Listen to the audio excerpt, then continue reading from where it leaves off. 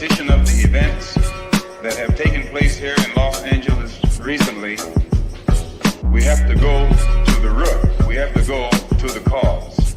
Dealing with the condition itself is not enough. Dear Mr. Massa, I'm just trying to mind my own business. What's the matter? It's just another day, another black king captured. I'm about to lose my brain, stuck inside this ghetto rapture. I got a lot of smoke. If you want it, you can have it. They want a hat trick, but this is black girl magic. Ain't talking about the kind that'll make you disappear, but I'm talking about the power of the melanin within. Ain't looking for trouble, but I'ma say this one time. I put two dukes up if you try to touch mine. We still want justice for Samir and Trayvon. You say you don't see color, but racism ain't blind. They targeting little kids whose skin look just like mine. So I'm paranoid, it's a war zone outside. And I'm a black queen, so if you ask me to step out of my car, you gon' have to snatch me. Cause I ain't going no damn well. Had to spend my whole life living unfair. Ancestors got my back and they right here. You can never understand, it's a nightmare. Living in my black shoes by the black rules. You can keep your handshake, I don't dap coons. The white man to go nuts if he cash you. But you all on his side like a damn fool. Make it make sense. We are oppressed. Queen. We are exploited. We are downtrodden. Make it make Queen. We are sense. denied not only civil rights, but even human rights. Ahmadiyyah. So the only way we're going to get some of this Ahmadiyyah. oppression and exploitation Queen. away from us or aside from us is come together Queen. against the common enemy. Who taught you to hate the texture of your Ahmadiyyah. hair? Who taught you to hate the color of your skin? Ahmadiyyah. Parents, pay attention to the books, the school system, even to your little children. Lies mixed with wisdom. His skin too bright, so he was blind to the prison. My skin just right, so I collide with division. You trying to pray to God, but we tired of religion. No savior saving, we got to save our savings. We used to pay miss, how we gon' make the slave rich? But who's to blame and tell me why you complaining? We need a team effort just to rule the nation. Like a bad relationship, missing communication. We missing moderation. They're trying to get a poison to my population. No reparations. I'm getting tired of Satan. We are oppressed. I'm Queen. getting tired of waiting. We are downtrodden. Queen. We are denied not only civil rights, but even human rights. Ahmadiyyah. So the only way we're going to get some of this Ahmadiyyah. oppression and exploitation. Every time open a sex game, my kick, the words, my faith, can't even on keeping money safe. It's like an earthquake, don't call you out. Create a constant, just get it from the ground. Such an awesome place, just a more for all. All right. Hello, everyone. Thanks for tuning back in once again to the original Queen Ahmadiyyah Shakur show. I'm your host, Queen Ahmadiyyah Shakur, and this is your Saturday Vitamins. So as you're coming in, please feel free to go ahead and subscribe to the channel if you haven't done so already. Be sure to click that notification bell and click the word all so you're notified each time the Queen Goddess goes live. Okay, so let's get ready to get back into it. Go ahead and hit that like button. All right. And don't forget to follow me on Instagram at Dr._A Shakur, TikTok at Dr. A Shakur, and Twitter at DGoddess27. Now, as per usual, if you don't like what the Queen is cooking, you already know what to do. Okay. Hello, Kelly. Miss AP is in the house. Juju is in here. Christopher. All right. Let's get into it. Leon. Coco V is in the house. Shout out to my moderators putting in work. Okay. Dag is here. All right. With that all being said, I see you, most hated bronze flat power God. Okay, Bobby Wright is in here. All right, so everyone, please get the likes up. I see you, Rashid, beloved. Juju said the Queen is queen, and thank you. Chris B in the house. Needles and Mike's World AM. All hell nah is here. Nessie X 504 Nola Queen Shay. That crazy beach Aries. All right, Christopher Perkins. G from the land. Okay, let's get into it. All right. So anyway, beloveds, let's talk about Diddy first and just get him out of the way so we can get into the politics of it all. All right, because once again, Diddy's trying to get bail. Okay, please pay attention. He's trying to get bail again. This is what, the fourth time? And also, by the way, his gag order was absolutely denied. Okay, so let's talk about it. Judge rejects Sean Diddy Combs' request to gag potential witnesses and their attorneys. All right, now this came out on yesterday. So a federal judge rejected Sean Diddy Combs' attempt to silence all potential witnesses in his criminal sex trafficking case on Friday, saying that his concerns do not outweigh an alleged victim's right to free speech. Okay, Combs' team moved for a gag order to stop potential witnesses and their attorneys from speaking publicly after more than a dozen civil lawsuits were filed alleging sexual assault and following media interviews, according to where one witness gave after he appeared before the grand jury. We all know that's Courtney Burgess that they're talking about. Now, Judge Arun Subramaniam said that he is balancing Combs' right to the fair trial with the First Amendment rights of his alleged victims, saying that not all alleged victims will be participants in this case, and a blanket restriction on their speech will silence individuals who may never have anything to do with the proceedings here. And in any event, less restrictive alternatives must be considered and rejected before imposing a restraint on speech. Now, that's what the judge wrote in the order, saying the order comes as Combs' legal team filed a new request seeking release from jail based on new information. They argued that undercuts the prosecution's allegations that Combs forced women and others to engage in a drug-fueled, days-long sex acts. Say Combs has pleaded not guilty to the charges and has said the allegations in the civil lawsuits, including abuse of minors, are absolutely false. Now, Combs was twice denied bail, first by the magistrate judge who he appeared before, and again by the trial judge assigned to the case. That judge recused himself, and the case was transferred to Judge Subramaniam. Now, did you all know that the magistrate judge recused himself? Now, prosecutors have argued that Combs poses a physical threat to witnesses and victims and engaged in witness tampering by having contact with certain individuals connected to the case. In a court filing with numerous redactions, Combs' attorneys claim that information they've obtained from prosecutors negates the government's claim that there is a second victim in addition to victim one, as identified in the indictment, and weakens prosecutors' allegation of witness tampering. They say the new material demonstrates that the government previously misrepresented the weight of the evidence, and it undermines the government's claim that Mr. Combs presents a danger. Now, that's what his lawyers wrote in their letter to the judge. Combs' legal team said there is evidence that undermines the core allegation that he sex trafficked his former long-term girlfriend, identified as victim one in the indictment. The government recycled victim one's allegation, but the case requires her potential testimony, which will be refuted by years of written correspondence and other documentary evidence. Now, isn't this what I told you all would happen? Just remember, you heard it here first. I told you this is what they were going to do, the defense. I mean, what else would they or could they do? So they're basically saying that Kathy's going to be called to testify and that she's going to be refuted with written correspondence and documentary evidence. Okay, so they're basically going to try to use things, whatever Diddy has on Cassie, going to try to act as though she was complicit with these things. I told you that they may try to make her an unindicted co-conspirator. I also told you that the video evidence that was leaked would be used by her attorneys, even though we now feel like the feds leaked it, or at least I do. I initially thought it was her attorneys. But nonetheless, I told you that that video of him brutalizing her in that hotel lobby or hallway would be used to lead credence to her credibility, because this is what Diddy's attorneys are going to try to do. Act like she was complicit in the whole thing, that she was willfully doing these things, that she was not trafficked, and that, in fact, she was compliant with everything that went down. That it was all consensual. That's what they're going to argue. I mean, what else could they argue when you think about it? That's their job. So this video footage that has now been leaked all these months ago, her attorneys will likely use that, of course, to say, hey, look, she was intimidated. She was afraid of him. She was threatened. She feared for her life. She was being abused. She had Stockholm syndrome. They'll say all of those things to counter, any criminal liability or any type of evidence that the defense attorney presents to make it seem as though she was complicit in the activities that went on. Okay, so please pay attention. Now, with that all being said, Combs' attorneys have argued that the conditions at the Metropolitan Detention Center, where he is housed, make it difficult to prepare for trial.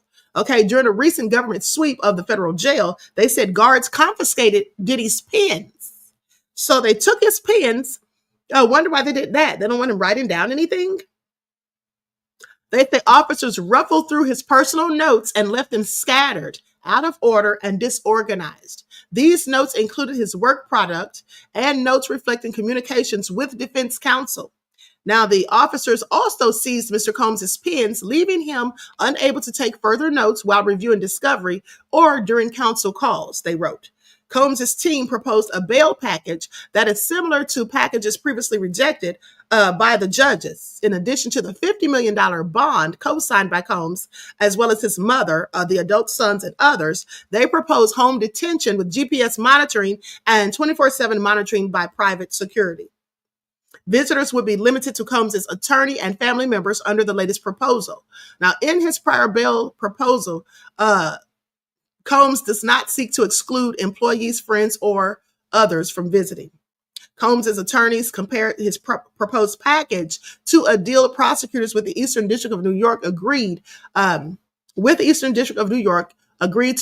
agreed to in the SEX trafficking case against the former chief executive of Abercrombie and Fitch, who was released on a $10 million bond. Now, I want you all to pay attention because Abercrombie and Fitch, Mike Jeffries, yeah, he got bond. Okay, he got bond. Now, I'm not saying that Diddy should get bond, but I'm just making you show the stark contrast to the fact that this man who's not of my skin tone got bond. Okay? And mind you, he's accused of some of the same things that Diddy is in fact accused of. Okay, and so please pay attention. So that's all nefarious. Now, do you all think, one's in the chat, hey, one who cares, beloved. All right, happy Sabbath to you too. Now, do you all think, hey, Dervis, that Diddy's going to get bail this time? One's in the chat if you think that he'll get bail. Two's if you think that he will not. I don't know if he's going to get bail or not, but I know that I had a dream that Diddy was at home. I had a dream that Diddy was at home and he was having some kind of get together for his birthday, which is already passed. So it's all strange. Now, I'm not saying that dream's going to come true. I don't even know why the hell I was dreaming about Diddy. That's what I asked myself when I woke up. So everybody's putting twos. Yeah, I would have to agree. I don't think Diddy's going to get bail, no matter what he says. Okay. And that bail proposal doesn't sound too far different than the ones that he's already previously offered. Okay. So anyway, with that all being said, Diddy's ex-bodyguard. Do you all remember Diddy's ex-bodyguard, Joseph Sherman, aka Big Joe? Okay, who was accused of assaulting Thalia Graves. Well, now it appears that he has in fact filed a defamation lawsuit over his accuser's claims. Diddy's ex-bodyguard sues Grape accuser for defamation over claims of the 2001 lawsuit. So let's talk about it. A bodyguard who was named in a September lawsuit that alleged that he and Sean Diddy Combs viciously raped a woman in 2001 is now suing the accuser for defamation as well as emotional distress. Now, according to a filing reviewed by USA Today, Joseph Sherman sued Thalia Graves in New York federal court on Friday, with his attorneys calling Graves' allegations utterly false and untrue. They claimed that his work with Diddy in 1999, years before the alleged events in Graves' lawsuit. Basically, remember, he said that the timeline didn't add up, that he wasn't even working for Diddy when she's claiming this stuff all happened. Now, I'm not saying he's telling the truth, because he may not be. But that's what he said initially, that he wasn't even working for Diddy at that time. But remember, I showed you all the receipts, okay, that make it make sense. Mims, aka Mims, had where there was text messages, okay, that led me to think that he was working for Diddy at that time. And maybe, just maybe, what Thalia Graves is alleging is likely true. That's just my opinion. Now, in the suit, Sherman's attorneys say Graves and her legal team are attempting to blackmail him, adding that Graves and her lawyers made outrageous, disgusting, and life-altering statements without any regard for the truth. They continue to say that Joseph Sherman has never even met Thalia Graves, let alone raped her. So Sherman continues to suffer severe reputational harm, emotional distress, and financial damages as a result of Graves' lawsuit, per his filing. Now, he also accuses Graves of messaging and asking him to provide false testimony against Sean Combs in exchange for being left out of the legal proceedings. A lawyer for Graves declined to comment, and that would be Gloria Allred. Okay, that's likely who they're talking about because that's the lawyer that brought her out for the press conference. Now, USA Today has reached out to representatives for Combs and Sherman for comment. Graves filed her lawsuit in the U.S. District Court of Southern District of New York in September, according to court documents obtained by USA Today.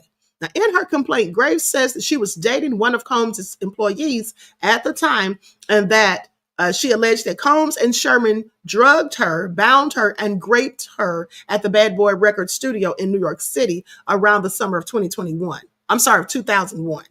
She sought relief from the court for gender-motivated violence and violation of New York law by allegedly recording and sharing footage of her assault. Because remember, she said she didn't know they had recorded this whole thing. And then she found out later when the ex-boyfriend came back and told her, which was recently. Okay, this has been like 20 years ago. And he only recently told her after these allegations came out against Diddy. So Graves held a press conference with her attorney, famed attorney Gloria Allred, who filed her lawsuit. And emotional Graves appeared to regain her composure before making the statement, saying the internal pain after being assaulted has been incredibly deep and hard to put into words. It goes beyond just physical harm caused by and during the assault. In November of 2003, Graves learned that Combs and Sherman had recorded their alleged assault of her, and she claimed they showed the footage to multiple men seeking to publicly degrade and humiliate both Graves and her then boyfriend, and also sold it as pornography with a P. Graves alleged that when she reached out to Sherman in an attempt to convince him to destroy the tape or to give it to her, he didn't respond. Now, as compensation, Graves seeks unspecified compensatory and punitive damages, as well as a court order that would require Combs and Sherman to destroy all copies and images of the video of her alleged assault and refrain from distributing the footage in the future. You know, the sad thing is, if this is all true, there's no telling how many copies have been made. There's no telling how many people have seen it, how many people even have it in their possession. Because we all know things can be duplicated. Now, Graves' lawsuit is among about 30 civil cases filed over the last year that has accused Combs of and physical assault, trafficking, battery, and gender discrimination, among other allegations. He has maintained his innocence in all of these cases, and in September pleaded not guilty to criminal charges of racketeering, trafficking, and transportation to engage in prostitution. Okay, so Joseph Sherman has filed a lawsuit. Now, that doesn't mean that he's innocent. Okay, I don't know if he's innocent or guilty. But at the end of the day, we'll see how this all plays out. Likes up, everyone, please. Like and share. Thank you in advance. Okay, so now let's talk about Adria English. Now, you guys remember me talking about Adria English because I said I thought her story was a little sketchy. She's the one that was doing the white parties for Diddy, and her boyfriend, Anthony Gallo. She said that Diddy asked him to, you know, taste his cucumber and all that stuff. And I told you I thought it was a little sketchy when she said that she thought she was going to get paid for it. Okay. And also, let's not forget that the attorney for Courtney Burgess, who I think is so sketchy, and I think that she's the feds, and I think Courtney Burgess is the feds. Now, I could be wrong, but again, I could be absolutely right. So please pay attention. But Ariel Mitchell Kidd was previously her attorney. Well, this young lady came out and did an explosive interview. Okay. And I'm going to play an excerpt from there because, for one, she used some of my talking points. And I want you all to pay attention. You see, because some people, like Courtney Burgess, as I told you guys, that he's going around on the internet getting the talking points from Gene Deal, Jaguar Wright, and possibly some other people who have said things that they know about Diddy personally because they've been around him, worked with him or whatever, because they were in the industry and things like that. He's just taking those talking points, mixing them with his own lies, and trying to pass them off as truths. Now, I do believe that since I exposed him, that people have stopped listening to his BS, because I haven't seen him going around doing these interviews as of late. Now, with Adria English, I'm not saying that she's lying, but I am saying that she used my talking points, and I'm going to prove it. Just pay attention. Okay, so that all been said. And not that there's anything wrong with her using my talking points. I mean, of course, people are going to use my talking points because I have good talking points, okay? And I have facts and receipts. So please pay attention. That crazy bitch Eric said Courtney B is lying. Yes, absolutely, he's lying. I mean, that goes without question. And here's the thing. He was called in to speak to the grand jury again, and I do believe that he was called back to speak to them because they feel like he's lying. And they just want him to come in there and speak more so they can make sure that he's lying. That's what I think. Okay, because why are you going to talk to the grand jury for a second time, sir? You just went like a week ago. And now he's been called back, and his attorney's sitting there talking about, oh, well, he told me that he thinks the reason he has to come back is because Diddy knows, you know, that he's got the stuff and this and that. All they said that they had were documents, but he said that he had all those flash drives. So we'll see how that all pans out. But I absolutely think that Courtney Burgess and his attorney possibly are working with the feds. That's just my opinion. Okay, so likes up, everyone, please like and share. I'm going to share a clip for this video. Shout out to Lionel B, the Lionel B, because that's his video. And I'm going to put an overlay on the screen. And I'm just going to play a couple of excerpts, about 3 or 4 minutes. But I want you all to pay attention when she talks about the chakras. That's absolutely my talking points. Okay, please pay attention. With that all being said, okay, here we go. Because remember, some of this information I got from the insider. Okay, so there's no way anybody else would be just miraculously saying the same thing. All right, so let's get into it. Likes up, everyone, please like and share. It said, you can't talk about what we went through until 20 years after I died. And I never signed that. Invisible in the day and brilliant at night, jellyfish is permanent light.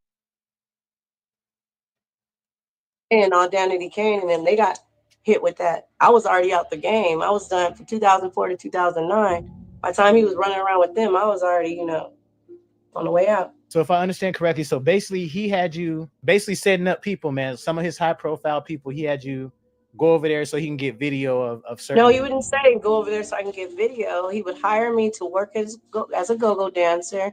They had 3 stages, positioned throughout his mansion. It was where he lived. It was his residence. It wasn't a club. It wasn't a lounge. And so it just makeshift stages, 3 stages set up in his house, like for us to be checkpoints. Like my stage was over by the bar. Tamiko's stage was over by the food. Old girl's checkpoint was over there by the rooms if you wanted to go do something. So it's like, I think he kind of told the guests, hey, if you want to drink, look for, just look for a stage and you're going to find something you need. You know what I mean? So we were elevated above the crowd. And so, but we were instructed to only drink from certain liquor bottles. It's the girls' champagne, it's the guys' champagne. Girls don't drink the guys' champagne. Girls don't drink the boys' champagne. And now that stuff that she said right there about the girls don't drink the guys' champagne and the guys don't drink the girls' champagne, Mark Curry was the first one to say that. That's already been online. Please pay attention. Also, she interviewed with Tasha K, and most of the stuff that she said on his video, she never said on that video with Tasha K. Okay, I'm on the interview that she did with Tasha K. I'm not saying that it means it's not true. I'm just saying that some of this stuff she's saying, I think that she possibly got some of it off the internet from things that have been previously said, just like Courtney B. And all the champagne was laced with ketamine, like horse tranquilizer, ecstasy. That's not allegedly. We were all doped up. And to this day, I believe we all, and I know I do, have a chemical. Now, how does she suddenly know what was in the champagne? How does she suddenly know what it was laced with? She never said that before. In fact, it just started coming out recently when people were, implying that possibly GHB was in there. And then I had Jonathan Hay, Rihanna's former publicist, on the show. And he said that they were doing ketamine and all this stuff or whatever. So like I said, this stuff that she's now saying about being in the drinks, that too was online. And again, I'm not saying that she isn't telling the truth. I'm just bringing it to your memory or to your to the forefront of your mind that this stuff was online. She didn't say this when she did that interview with Tasha K back in May. Imbalance, like whenever I drink anything, it could be 1 glass of wine, all of a sudden I'm a stripper, I'm a P-star, like in my mind, I just black out and I'm that. I'm She Diddy. Oh, wow. Orlando Brown running around like I'm Puff. He not really act like it to everybody else. Everybody looking like he want attention, like he wilding, like, but it's something about when he drugged you that he stood over you, like infusing himself into you while you laid there unconscious. And it's like it became a part of you, because after a certain amount, they started calling me She Diddy. They're like, man, she act like Diddy. She just like Diddy. And hence, I've been She Diddy for the last 20 years. So I feel Orlando when he be like, man, I'm Puff. It's nice to meet you, I'm Puff. Because when we get faded, like, it's like he come out in us, like, and that's forever. That's why it's haunting us to this day. How do you think he was able to, but besides all the things you guys were laced with, you think he put maybe his DNA or something kind of strange into that concoction? Yeah, the reason why he like to take, we have a chakra in our anus, guys and girls, and your chakra is a pathway to your soul. So because he's working for Lucifer. Now I want you all to pay attention because she's talking about the chakra. She's talking about the root chakra. Okay, she said it's in our ASS. I just want y'all to pay attention. Now, I talked specifically about the root chakra and how Diddy was bursting people's chakras and that he was doing it to men. He wanted men who were not LGBTQ because he wanted to defile and humiliate them and all of that. Okay, and also he was absorbing their energy. Just keep listening. His goal is to take souls to hell. So that's why straight men, he wanted to turn them gay. You know, even if a gay man was gay, he wanted to make him be a pedophile and be with a minor. Listen, what if you can start your own lending business, helping other businesses? Okay, so pay attention. I'm going to go to one more part. And what if by doing so, you would build yourself? His thing was to take the soul. So that's why after a certain amount of time, he would make an announcement like, you better go on home because, you know, the party really about to crack now. Now, her saying you better go on home because the party's really about to crack now. Please pay attention. That also is on the internet. And I do believe that I'm the first one that showed the video of Diddy saying that from the balcony. He's saying, y'all got to get the kids out of here in 15 minutes. If Child Protective Services come, my kids are already downstairs. I was the first one that showed that video. And so I'm just starting to think that she was watching either my YouTube videos or my TikToks. Please pay attention. Like I said, and that's not the only talking point. She used other people's talking points, Mark Curry's. Okay, I just have several questions. Now I'm going to go to one more part where she talks about Diddy being an energy vampire. Who's going around talking about energy vampires? I said that. That's exactly what I said. That's exactly the terminology that I use. That clearly is my talking point. Please pay attention.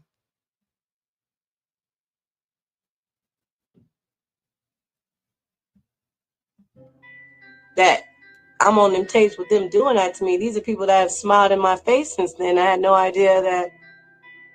But if there's a certain way the tape is going to come out, and there's a certain way that it never will. You got to stay tuned.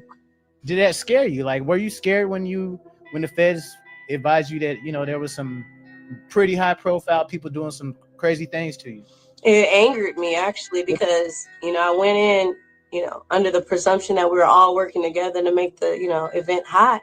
And I was doing my part as a hired entertainer to bring my West Coast vibes and to make, you know, the part. And I was always complimented. That's why I kept being invited back. When there was multiple, you know, girls all around the city, all around the tri-state, you know, you go up and down the East Coast, you can get a girl in from Boston, Connecticut, Jersey real quick. But they kept rehiring me because I made that shit hot. And I was, you know, I was genuine, naive, and I was like a fan. And they played on it. I didn't realize how pretty I was. And they took advantage. And they, you know, he likes to steal your light. He's an energy vampire. He steals your light. He takes a piece of you. And then he. Okay, so you all heard that. She said he's an energy vampire. Now what I'm going to do, so I don't have to dig up my video and find the timestamp, I'm just going to play my TikTok that I did about this. Okay, and you'll see exactly where she got her talking points from. Please pay attention. So like stuff, everyone, please like and share. Thank you in advance. And then we got to get into these politics, because it's a whole lot going on. Pay attention. And we've heard how he was violating people, even me. Hello, everyone. I'm Dr. Ahmadiyyah Shakur. Now, we've heard all the stories and allegations against Diddy, and we've heard how he was violating people, even men. At the end of the day, he was violating them from the back door. And there's a very specific reason why Diddy was doing this. Okay. He was bursting their root chakras, and this is how he was harnessing their power. So let's get into it. Now, the root chakra, or Muladhara, is the chakra that's located at the base of the spine, and it gives us the feeling of safety and security. Now, when the root chakra is violated, it becomes imbalanced or blocked. And this can lead to feelings of a lack of vitality and trauma, and also insecurities. And of course, these feelings are exasperated by trauma. And that would mean someone raping a person from the back door. Okay, please read between the lines. It's only so much I can say. Now, trauma to the root chakra can leave a person feeling restless or lacking energy, leading to anxiety, worry, panic, depression, frustration, resentment, or anger, feeling threatened or like you don't belong, okay? Low self-esteem, poor focus, or disorganized thinking. Now, think about the people that have accused Diddy of all of these things. You know, these people have said that they have had a lack of intimacy. They have not been able to have healthy relationships. They've suffered from depression and all of these different things, because that's what happens when someone disrupts the root chakra, specifically when someone is viciously assaulting you, okay, from the back door. Okay, again, please pay attention. At the top of the kidneys, there are adrenals, which produce several hormones, including adrenaline, okay, which stimulate the fight or flight response. Now, this ties directly to the root chakra survival drive, and this chakra is also associated with the gonads in males. So the root chakra is the foundation for our body's energy. Now, all of the chakras are energy centers, but the root chakra is the foundation of all of that. So if someone's traumatizing or violating the root chakra of a person, they're able to harness that person's energy, the power, the very essence of the person's being, and it makes them stronger, and in fact keeps their root chakra open while closing the victims. And as it closes, this is why the person suffers this trauma repetitively, and this is why the person, becomes depressed and stays in a low vibrational state, while the person who's taken their energy and absorbed it obtains this power, and they're high vibrational, okay? And at the end of the day, this is what Diddy was doing. So please pay attention. It's like in the game of Pac-Man, when Pac-Man would eat the power-ups and then obtain power. It's like Diddy back in the 90s, when you think about it, Diddy was no tough guy. Nobody was afraid of him. Remember Jadakiss throwing a chair at him years ago? Now all of a sudden everyone seems to be afraid of Diddy.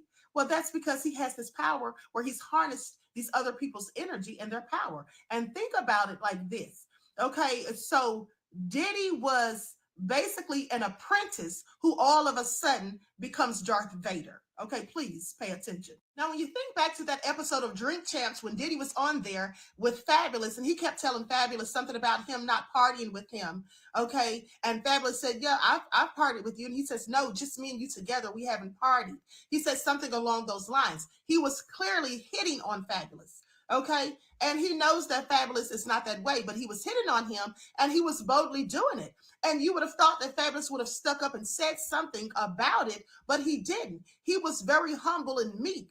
Everyone sitting there looked like they were just, shocked, like they were spooked. No one spoke up and said anything. It's like they all were afraid of Diddy. Okay, please pay attention. Now, though the root chakra is located at the base of the spine, it can actually be accessed through the perineum. In women, the perineum is located between the vajayjay and the back door. Now, in men, the perineum is the space between the scrotum and the back door. Keep in mind, I'm not saying that Diddy was a high vibrational person, because clearly he's a whole demon. And I believe that he has many demons, a whole legion of demons, seeing as how he was carrying out these rituals where he was invoking certain entities, okay, malevolent entities at that, allegedly. With that all being said, it would be immediately after violating someone's root chakra that he would be high vibrational. If you've ever seen videos of him where he's just all pumped up and amped up, that was likely why. Okay, so please pay attention. And let's not forget about a transference of energy. Okay, energy can neither be created nor destroyed. It's simply transferred and transformed from one thing to another. Diddy has demonic energy because of the things that he's engaged in. Now, with that all being said, when he's violating these people and, disrupting their root chakras, at the same time, he's implanting basically his nefarious demonic energy into them, okay, through the perineum. Now, with that all being said, this travels up the 33 vertebrae of the spine, okay, crossing the vagus nerve. And this basically acts as like a second personality, okay? There's like a literal host, like a parasite, shall I say, a parasite inside of this person, using them as a host. So what he's done is now he's put his demons into this person, and the demons will keep the person low vibrational in these low vibrational states, keeping them from having happy, healthy relationships, having them, keeping them from having a good intimacy in their relationships and things like that. Because remember, the root chakra is directly connected or has a lot to do with our sexuality. Okay, please pay attention. So because energy is contagious, that would make Diddy a psyche vampire, or a energy vampire, as some people call it. A person who takes the energy from other people, leaving them feeling drained because they're putting all of their negativity on you and then taking your positivity to strengthen themselves. Now, some people do this by just telling you, miserable things that are going on with them, telling you low vibrational stories or about their problems, just putting all of their problems on you. If you, for example, have a person who calls you every time something goes wrong and they want to vent to you, you could be high vibrational, but by the time you're done listening to all of their problems and woes, now you feel absolutely drained of your energy. Well, that's what Diddy was doing. Only he wasn't doing it through words and telling people things. He was literally doing things to them physically, putting all of his nefarious, low vibrational, demonic energy on them and robbing them of their high vibrational energy to gain power. That's what he was doing. So please pay attention. Now, mind you, this is all alleged and pure speculation. Diddy maintains his innocence of all the allegations that have been levied against him. Oops, I didn't mean to click off of it. Hold on, beloveds. Hold on. I accidentally clicked off of it. Hold on. At the end of the day, this is energy to gain power. That's what he was doing. So please pay attention. Now, mind you, this is all alleged and pure speculation. Diddy maintains his innocence of all the allegations that have been levied against him. But this is all esoteric knowledge. And I'm just wondering who taught Diddy this. Okay, at the end of the day, this is hidden secret knowledge that most people don't have. And likely, in my opinion, it was one of Diddy's mentors. Okay, so with that all being said, that's where she got that from. She called him an energy vampire, said he was infusing his DNA or himself into people, because that's what I said. He was absorbing their energy and giving them his demonic energy. It was a transference of energy. And so with that all being said, that's exactly where she got that stuff from. Now, mind you, someone asked, who was that speaking? That was Adria English, one of the people that has accused Diddy, beloved. That's who that was. I forgot who asked the question. K-Star says, what's done in the dark is coming to light. Thank you, Queen. You're absolutely right. It certainly is. And you're welcome, beloved. Okay, so as I said, a lot of people, or not a lot of people, I don't mean to say a lot, but some people are absolutely taking things that they're hearing online. And I'm not saying they're not telling the truth about things that have happened to them, but they're mixing this in with it. And maybe some of the things that they're hearing is giving them more insight into what exactly happened to them. That could be the case as well. Okay. So now with that, I've been saying, but Courtney Burgess is definitely a whole liar. Okay. Please pay attention. All right. He's definitely a whole liar. That's just the fact. And I'm not saying allegedly, I'm calling him a liar because that's what he is. All right. Now, likes up, everyone, please like and share. There was something else I wanted to tell you guys. It slipped my mind. Maybe it'll come back to me. Oh, yes. This is what I wanted to say also. In that interview that she did, she said that Diddy's mother, Janice Combs, is not really his mother, that's his auntie, and that the lady has been having relations with Diddy because her husband died, and her husband Diddy reminded her of her husband, and that they've been having threesomes and all kinds of stuff. I don't know where she got that from, but that's some of the stuff she was saying. The entire video is on The Lionel B. It's on The Lionel B Show. I think that's the name of his channel. It's on his channel. But that's what she was saying. Now, let's have a word from my sponsor, and then let's talk about what's going on with Trump and RFK Jr. Do not buy 12 Tribes on Earth hair growth oil and hair magic elixir unless you want super healthy, gorgeous hair that grows. They have a whole line of amazing hair growth products, including hair growth leave-in conditioner spray, hair growth shampoo, hair growth spray, and hair growth butter. I'm starting to sense a theme here. They include quality natural ingredients. They smell amazing, and you can see the results for yourself. So if you're looking for healthy hair growth for your natural or relaxed hair, try 12 Tribes on Earth today.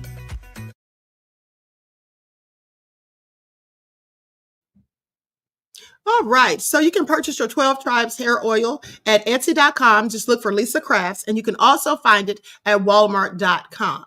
Okay, so likes up, everyone. Please don't forget to like and share. It's very important that if you're enjoying the video and the commentary, that you like the video. Okay, it doesn't cost you a thing. It's absolutely for free. And I want to thank all of you who send cash apps and super chats and all of that to show your appreciation for my hard work and your appreciation for the channel, or your support for the channel. Okay, so now let's get into it, because this was breaking news on yesterday. And they say that the Justice Department files charges in a murder for hire scheme targeting Trump. So let's get into it.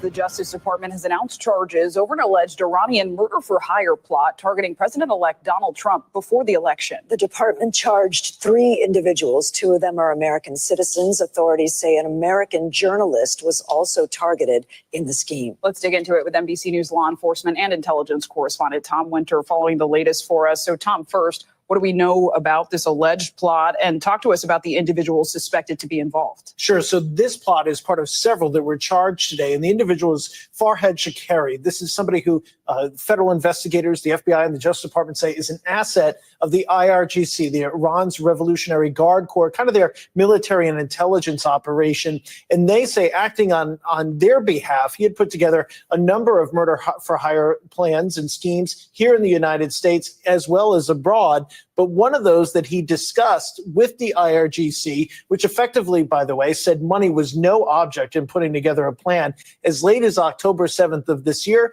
was a murder-for-hire plot involving former president and now president-elect Donald Trump. And there's more in the complaint. The FBI says that an Iranian suspect engaged in voluntary phone calls with the FBI in which he explained the details of the plot. Why would someone do that? Right. So that's Shakari. And it is kind of extraordinary that somebody who's involved in this plot is on the phone talking to the FBI. He's allegedly in Tehran. So he's on the phone talking to the FBI here in New York saying, hey, you know, one of the other things that came up with my discussions with the IRGC is their desire to have me put together a murder-for-hire plot. But that is, in fact, one of the things that they discussed. And so that came up in the course of their investigation.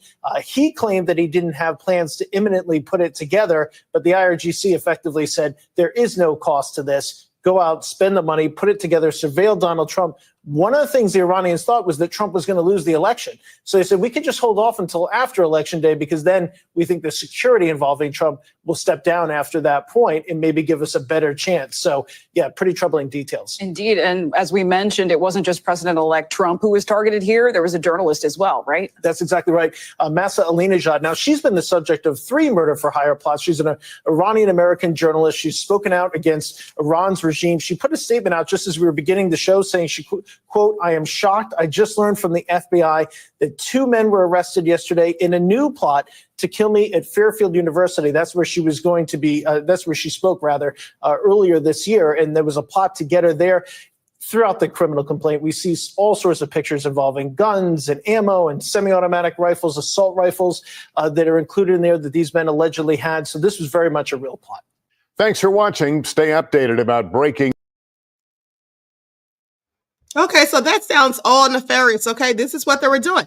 Now, I can say that I'm not surprised because back, what year was it? I want to say it was the beginning of 2020, before Biden's administration took over, when Trump had General Soleimani taken out, right? And they're still mad about that, of course. And back then, there was a story that came out about them putting a $100,000 bounty on Trump's head.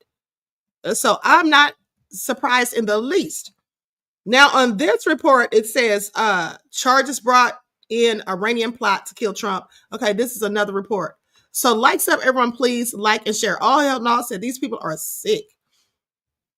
And so let's get into it. We want to bring to you this hour, just coming from the Department of Justice right now on that plan, that Iranian plan, murder-for-hire plan targeting Donald Trump. We are getting some new information in from the Justice Department as is just unsealed a criminal charge today in a thwarted Iranian plot to kill President-elect Donald Trump before this week's presidential election. A criminal complaint filed in federal court in Manhattan alleges that an unnamed official in Iran's Parliamentary Revolutionary Guard instructed a contact this past September to put together a plan to surveil and ultimately kill Donald Trump.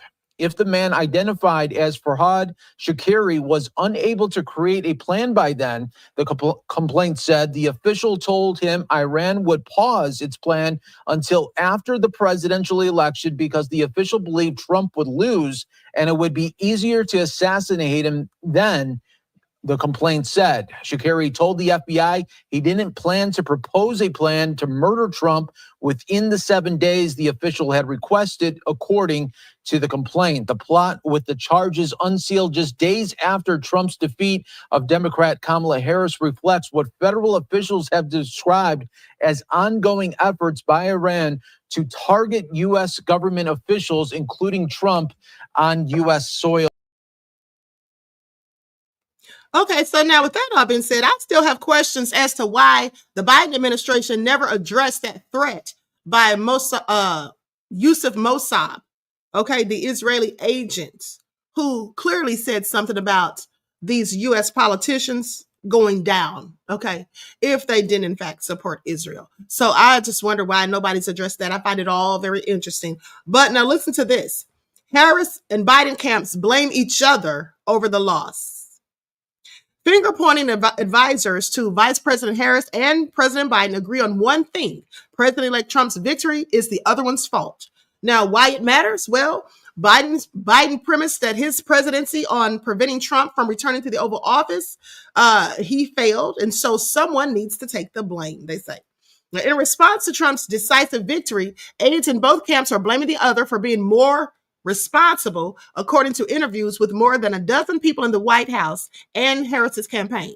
So what they're saying is that they say one Democrat familiar with the White House dynamics pointed a finger at Mike Donnellan and Steve Ricchetti, Biden's top political aides. They say Mike and Steve will have a lot to answer for having him run for re-election at 80 years old.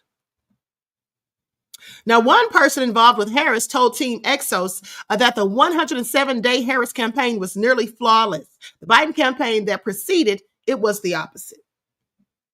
Another person involved in the vice president's campaign said, "We did what we could. I think the odds against us were insurmountable," referring to Biden's low approval ratings and his late exit after the disastrous June debate that raised questions about his mental fitness. Now, in an implicit criticism of Biden's team, top Harris aide David Plouffe posted on X that the campaign had dug out of a deep hole. He later deleted his account. Not his whole account. He didn't just delete the comment, he deleted his entire account. So responding to the criticism of Donnellan and Ricchetti, a Biden aide said, there are a wide range of advisors Biden consulted about the campaign who agreed on the merits of running, like the party did after the best midterm wins for a new president in over 60 years. No one has the president do anything. Now, a former Biden staffer dismissed the Harris team's criticisms as making excuses for the vice president's failures, saying, "How did you spend $1 billion and not win? What the F?" So they're all going in on each other. Please pay attention. Now, another person involved in Harris's campaign felt deceived by the happy talk from leadership about how it was a margin of error race when Trump won decisively, saying people are depressed and frustrated about the overconfident leadership of the campaign, they said. The Biden spokesperson, Andrew Bates, said that anyone criticizing the vice president's campaign is at odds with President Biden. Another person familiar with the dynamics said that some on Biden's team resent Harris for not using the president more during the campaign, even though he is unpopular and prone to gaffes. Now, that's one thing that I did bring up. I said poor Biden was trying to get out there on the campaign trail and they didn't want him out there clearly. And when he just showed up one day unannounced, they just kind of skirted him off to the side, it seems. Now, the Harris team benched Biden. They didn't bench him, did they? Says the Harris team benched Biden and then they lost. So now the people who represent Biden are saying maybe you shouldn't have benched him. Now, let's take a poll. Do you all think that she should have benched Biden, or do you think that she should have had Biden out there campaigning? Because she did put Biden to the side, and then she had Barack Obama and Clinton come out there and, on the campaign trail. So what do you all think? Do you think that it was the right choice to bench Biden? Or do you think, in fact, once, if you think it was the right choice, twos, if you think that maybe she should have allowed Biden to come out there on the campaign trail and campaign for her?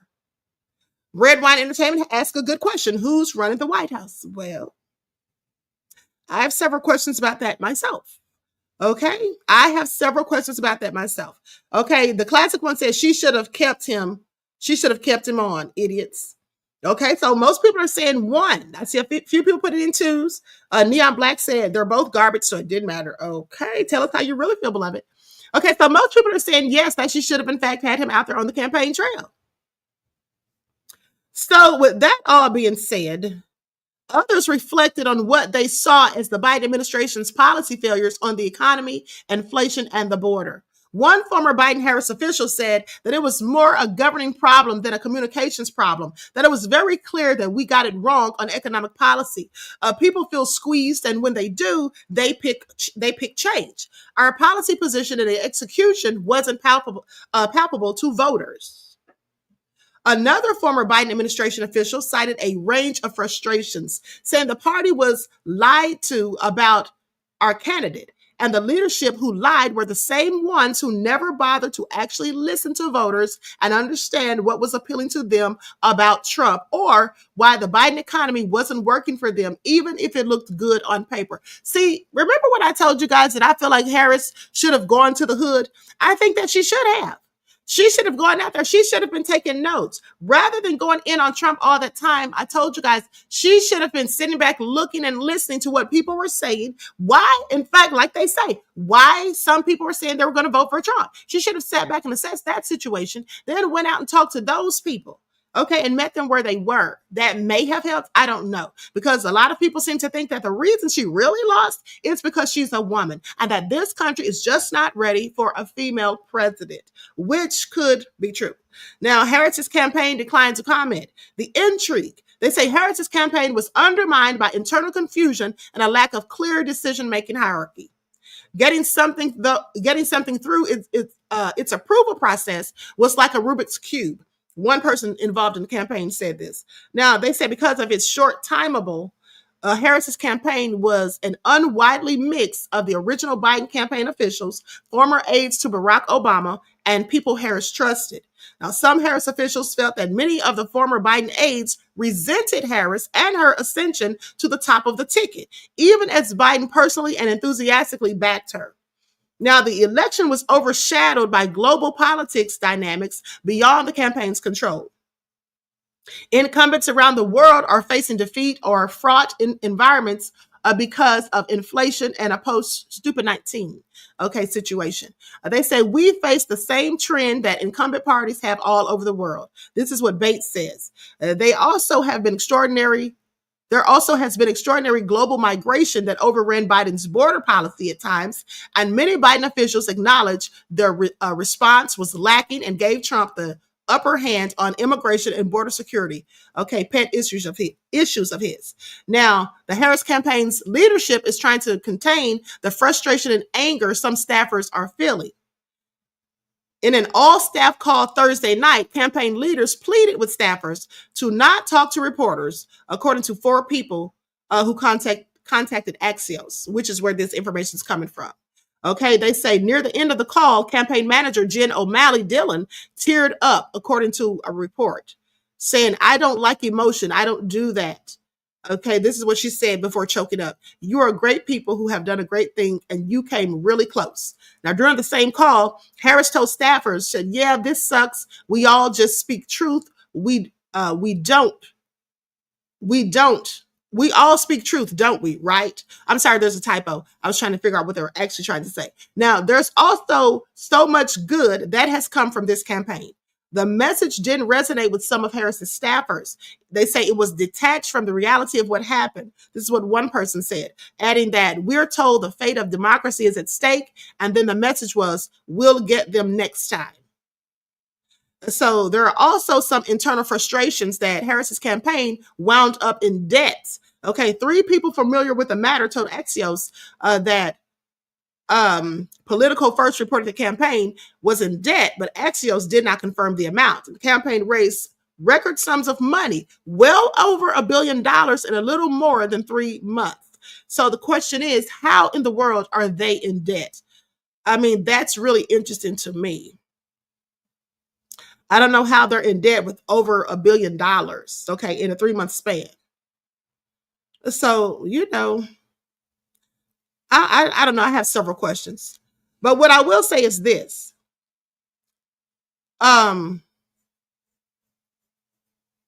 With that all being said, hold on.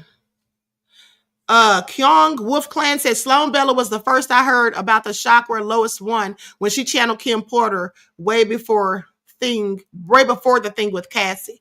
Okay, well, she may have talked about chakras with Kim Porter, but I'm specifically was talking about chakras with Diddy and why he was assaulting these men, or shall I say graping these men from the back door. Okay, he was doing that to harvest their energy because he's a whole energy vampire, as some people call it, a psyche vampire. So that's totally different than what Sloan Bella was talking about, beloved. Now, with that all being said, here's the thing. Luna says Kabami is going to start her own church.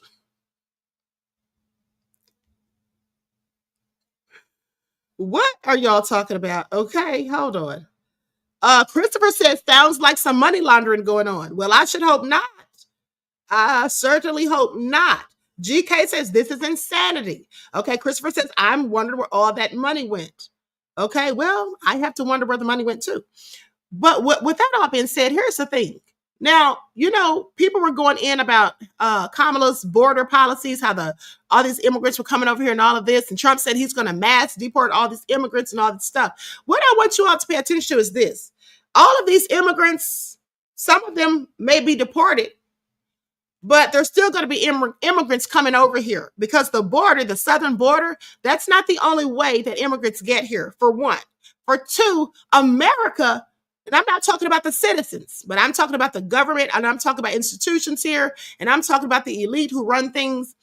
They really don't want all of these immigrants gone. And do you know why? Do you know why?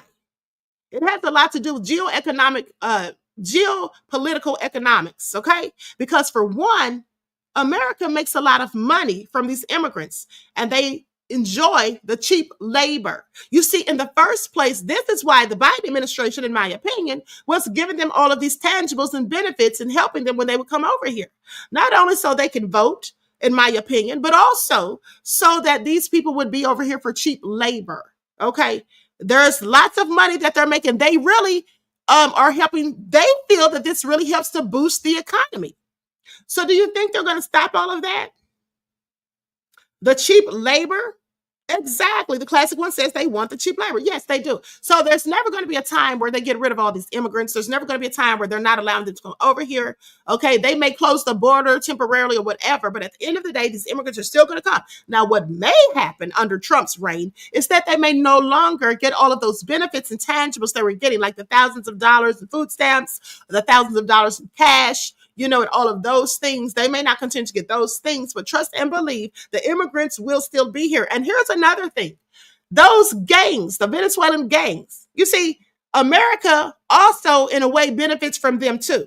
Well, how does America benefit from gangs and thugs, Queen Ahmadiyyah Shakur? Well, I'm so glad you asked. You see, one of the things you all need to pay attention to, and let's use critical thinking skills, because this is going to sound crazy to some of you. But at the end of the day, you got to think about it like this. When these police departments, you know, they get funding. And how do they get more funding? Well, when there's a problem. Venezuelan gangs is a problem. So if there's a problem, then they're going to get more funding for that situation. Okay? So that's helping them to get more money. Please pay attention. Also, think about when Barack Obama was in office, when he was talking about ISIS. Remember when Barack kept talking about ISIS this and ISIS that, and we were all thinking, oh, there's this band of terrorists, and you know, America's got to fight them, and this, that, and the third. Well, that's how you get money for funding, because you're fighting against something that may or may not even exist. Or you have the idea of something that's detrimental, and so you have to now wage war against it, so you're getting money for this. Okay, so even with the Venezuelan gangs, that all serves a purpose for this government. You have to pay attention.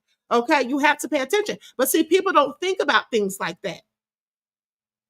People don't think about things like that. Exact says absolutely true, Queen. Thank you, beloved. So with that all being said, don't get all excited thinking all these immigrants are just going to be gone. You're not going to see any more of them. Oh, they're going to still be here because they need the cheap labor in this country. And if you remember with Mr. Raymond Von Troy, who was the driver for Dr. King, whom I had on my show last year for, or earlier this year, shall I say, for Black History Month, he talked about all of those immigrants that came to Florida, most of them from Cuba, and how they were also given tangibles. Maybe not as much as these people have been given lately, but he talked about how they were given different things and how they came and really were allowed to take over certain areas, of different demographics, like different areas. They were taking over the stores. A lot of people lost their businesses, but these immigrants opened up businesses. Okay, they poured in.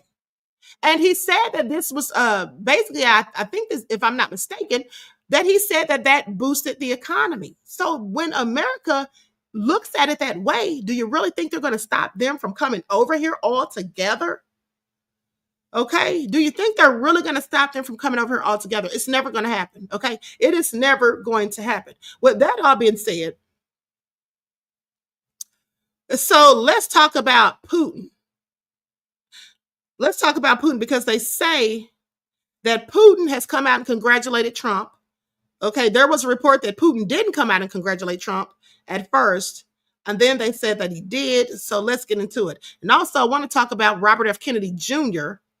And also, there's a whole bunch of hate going around since Kamala lost. Now, I find this all very interesting because people were saying, oh, if Trump loses, it's going to be hate crimes. They're going to be doing this. They're going to be doing that. You all remember? And I reported that to you all a few days ago before the election. And then I told you that the Gwinnett County Sheriff's Office issued a statement, said they had heard no such thing or whatever. But there's a lot of people being hateful towards people who didn't support Kamala. And I'm going to show you some videos. We're going to get into that in a minute. Okay. And so this is why I told you they called them Blue MAGA, because they want to act like the other side was hating, but clearly some of them were clearly hating as well. Likes up, everyone, please like and share.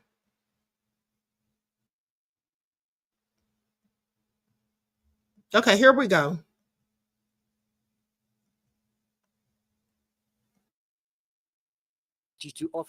I would like to take this opportunity to offer my congratulations on his election as President of the United States. As I said before, we're going to work with any head of state that is going to garner the trust of the American people, and this is what's going to happen in practice. And if he does what he has been promising, before the inauguration, if he makes a phone call, if he says, Vladimir, let's meet, I don't think it would be beneath me to call him myself. Okay, so with that all been said, likes up, everyone, please like and share. So Trump gets elected president. Hamas calls to end the war. Bitcoin shoots to the highest it's ever been. The stock market shoots to the sky in record numbers. And then Vladimir Putin says he's ready for negotiations to end the war in Ukraine. He hasn't even stepped in office yet. But yet he's racist, and Kamala Harris is ready to do change when she's been there for 4 years with Biden. This is why I just get annoyed with people that are fake politicians and just go off social media. Oh, let me guess, he's racist, but he used to date black models and dated one publicly. I got it. Got it. Okay, first of all, because somebody dates black doesn't mean that they're not racist. That's just a point. But let's fact check what the young man just said. He said Bitcoin went up. Okay, let's see. Let's see. The demand for Bitcoin, largely driven by the new ETFs, was outstripping the supply of BTC available in the market, creating a situation where the price was surging to bring sellers into the market to meet demand. Now, this was reported 2 days ago, and I typed in, why is Bitcoin going up? Okay, so it has gone up, but is Trump the reason? Now, here's an article that says U.S. shares in Bitcoin hit record highs on Trump win. So this is likely where the young man got this information from one of these reports. So let's get into it and see exactly what they're talking about. We got to start fact checking people, because people be saying stuff on social media and don't even know what they're talking about. Okay. U.S. shares hit record highs. And this is from the BBC. U.S. shares hit record highs on Wall Street, and the dollar posted its biggest gain in 8 years as Donald Trump was reelected to the White House in a historic win. Bitcoin also hit an all-time high following Trump's election promise to prioritize the volatile cryptocurrency. Investors were, however, betting that Trump's plans to cut taxes and raise tariffs will push up inflation and reduce the pace of interest rate cuts. Higher rates for longer mean investors will get better returns on savings and investments they hold in dollars. Okay, now they say follow live updates after Trump wins U.S. election. Markets and currencies around the world shifted sharply on Wednesday following the U.S. election news. The major U.S. stock indexes soared, with banks performing particularly well. The dollar was up by about 1.65% against a host of different currencies, including the pound, euro, and the Japanese yen. The pound sank 1.16% against the U.S. dollar to its lowest level since August. The FTSE 100 index, comprising the largest companies listed in the UK, rose in early trading before closing marginally down. The euro divided 1.89% against the U.S. dollar to its lowest level since June, as the German DAX and the French CAC 40 and stock indexes closed down 1.42% and 0.51% respectively. In Japan, the benchmark Nikkei 2225 stock index ended the session up by 2.6%. In mainland China, the Shanghai Composite Index ended 0.1% lower, while the Hong Kong Hang Seng was down by around 2.23%. Well, he wasn't lying about Bitcoin going up, so he was right about that. Now, what else did he say? He said something about the Israel-Hamas war. Okay, let's look into that.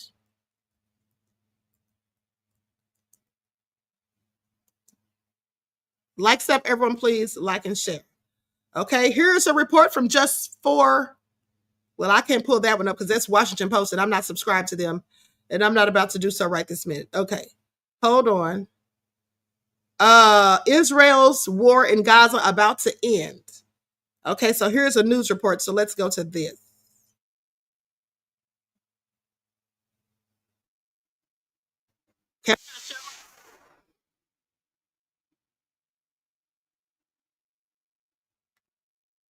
Typing.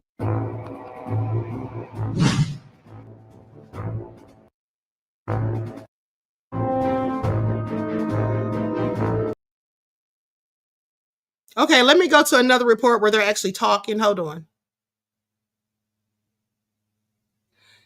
Qatar withdraws a mediator between. Okay, here we go. Here we go. News from the Middle East, where prospects of any deal to end the Israel-Gaza war have been dealt another blow, with reports that the mediators, Qatar, are pulling out of negotiations. The Gulf state has played a key diplomatic role in trying to bring an end to the conflict, to prevent further loss of life, secure the release of the remaining Israeli hostages held by Hamas, as well as taking part in talks. Qatar has hosted the political office of Hamas, allowing the group to operate with relative freedom. Well, let's speak to our correspondent, Joe Inwood, who's in Jerusalem for us. Joe, just talk us through what we know. So we've had reports come through in the last hour or so that have come from the Reuters and AFP news agencies, quoting a Qatari diplomatic source saying that they are no longer participating, they're no longer taking part, as you were saying, as a key mediator in these peace talks between Hamas and Israel. They also had strong words for both sides, essentially implying that neither were negotiating, neither were operating in good faith. And as a follow-on to that, they said that therefore the Hamas political office, which has been based in Qatar since 2012, no longer serves any purpose. They didn't elaborate on that. But this follows also reports we had earlier in the day coming from Washington that a senior official there, also quoted by news agencies, saying that they no longer thought it was acceptable for Hamas to have its office based in Qatar as long as they were refusing to take part in negotiations, which reportedly they turned down the deal that was put to them in October. So we've had a number of developments today, all of which paint a fairly bleak picture from any prospects of some sort of negotiated deal. Yeah, so just talk us through what this now means for any potential talks in the future. What are the mechanisms? How could this work? Well, I mean, it's worth saying that these talks have basically been going nowhere as far as we can tell for months. There were reports of something on the table earlier in the year, a deal that was agreed by the Americans and by Hamas, which was reportedly turned down by Prime Minister Benjamin Netanyahu of Israel, and then also reports that they weren't getting any progress in October.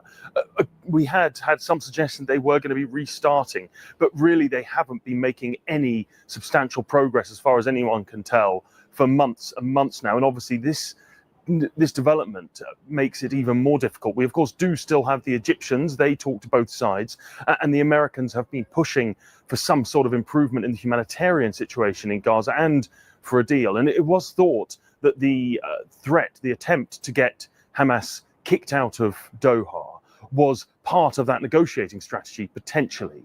But it doesn't seem that anyone is really viewing this as a peace process which is going to be making any progress at this point. However, it is worth pointing out, as a kind of slight contrary point to that there is some reports that have been coming through that incoming President Trump has said that he wants Benjamin Netanyahu to have the war in Gaza over by the time he comes to power in January the 20th. So there could be a glimmer of hope there, although as ever with Donald Trump, we should caveat things by saying we really don't know what he's going to do. Okay, Joe, thank you very much for that.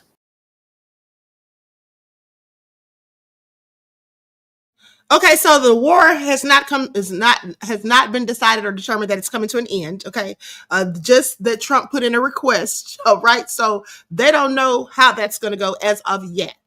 All right, so with that all being said, I see some of you saying that you like Putin in the chat. Yeah, I like Putin too.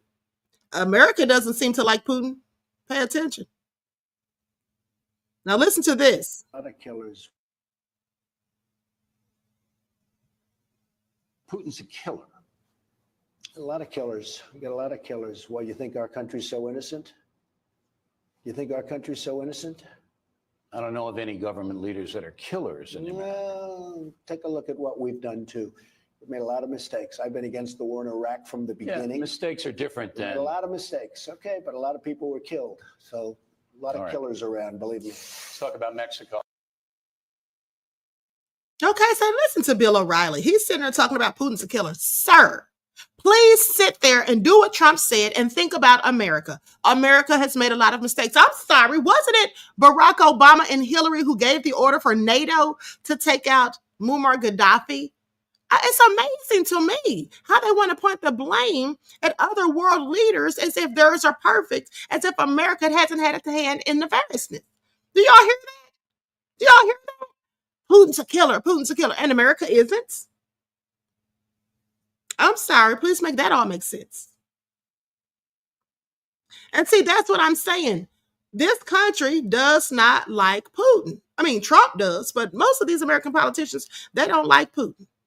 And I think I know why. Please pay attention. To say to President Putin, we are with President Putin. And we want to say to President Putin, it is not us South Africans who refused you from coming into the country. It is Ramaphosa, the coward Ramaphosa, who could not guarantee that we will not arrest Putin. We are Putin, and Putin is us, and we will never support imperialism against President Putin.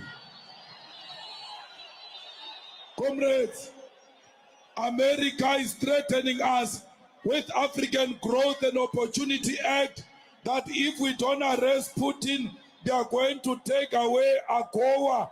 They can take away AGOA and leave us with our sovereignty and leave us with our foreign policy. We must have the capacity to take a decision of our own.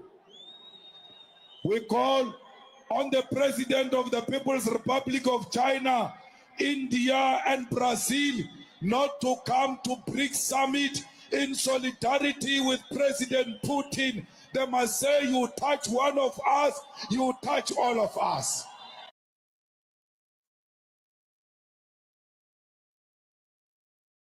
And see, that's why I think America doesn't like Putin, at least one of the main reasons, okay? Julius Malema, I absolutely love him. And he basically said that America was threatening them, like, telling them unless they arrest Putin, they're going to cause problems. Now, please pay attention. At the end of the day, they just have it out for Putin. Okay, this is what they do. And here's another reason why America doesn't like Putin. Please pay attention.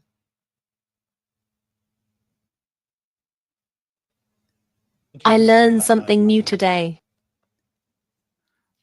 I think that, of course, this movement was used by one of the political forces domestically in the course of election campaigns. But there are some grounds for it. Let's remember Colin Powell, who was Secretary of State, and he was also in charge of the Pentagon. Even he wrote in his book that even he, as a high-ranking official, had felt some kind of injustice towards himself his entire life, as someone with a dark complexion, even from the USSR days. And in Russia, we have always treated with understanding the fight of African Americans for their rights. And there are certain roots to it. There is a certain foundation for this.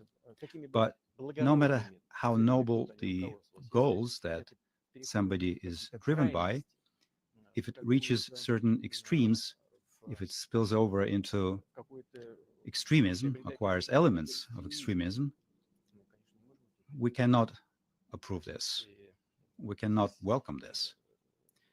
So our attitude to this is very simple. We do support African Americans' fight for their rights, but we are against any types and kinds of extremism, which unfortunately, sometimes, regrettably, we witness currently these days. Now, with that being said, once again, Putin is absolutely right. Okay, he agrees with African Americans' fight for their rights and talked about extremism.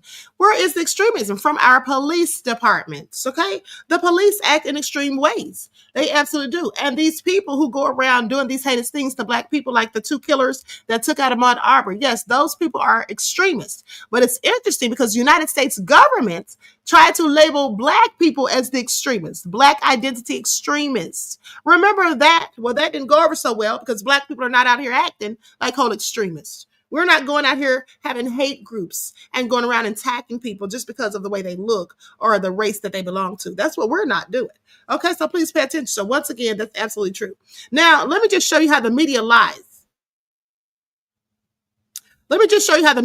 You just heard Putin congratulating Trump and saying that he wouldn't be above sitting down and talking with him. Again, now listen to this.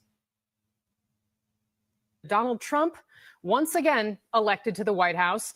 Leaders around the world congratulating him on his historic comeback. But there is one leader who apparently has no plans to congratulate him. Russia's Vladimir Putin, according to the Kremlin. When asked the question about why hasn't Vladimir Putin congratulated President-elect Donald Trump, he said this: let's not forget that we're talking about an unfriendly country that is both directly and indirectly involved in a war against our state. Okay, so she tried to act as though Putin doesn't want to congratulate Trump because he has a problem with Trump. No, he's talking about the United States. He said this is an unfriendly country who is acting against the war that they're having. And this is all true. Where is the lie? This is all true. Where is the lie? I mean, Biden sent billions of dollars over there to Ukraine to assist them in the war against Putin in Russia. So I'm sorry, but Putin's absolutely right. Please pay attention. That's just my 2 cents. Now let's talk about JFK, because I told you guys yesterday that JFK said that he was going to, hold on just a second. Now listen to this. I want you all to listen to this. This is what Trump had to say about the money that's been going over to Ukraine. Because I told you all that I absolutely think that Trump would not be giving all that money to Ukraine. Now let's see how this all plays out. Great cities have become unlivable, unsanitary nightmares, surrendered to the homeless, the drug addicted, and the violent and dangerously deranged. We're making many suffer for the whims of a deeply unwell few, and they are unwell indeed. The homeless have no right to turn every park and sidewalk into a place for them to squat and do drugs. Americans should not have to step over piles of needles and waste as they walk down a street, a beautiful city, or at least once beautiful city, because they've changed so much over the last 10 years.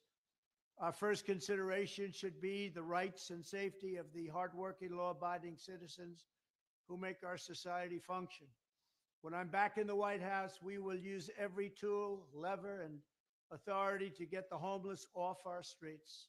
We want to take care of them, but they have to be off our streets. There is nothing compassionate about letting these individuals live in filth and squalor rather than getting them the help that they need. We need professionals to help them.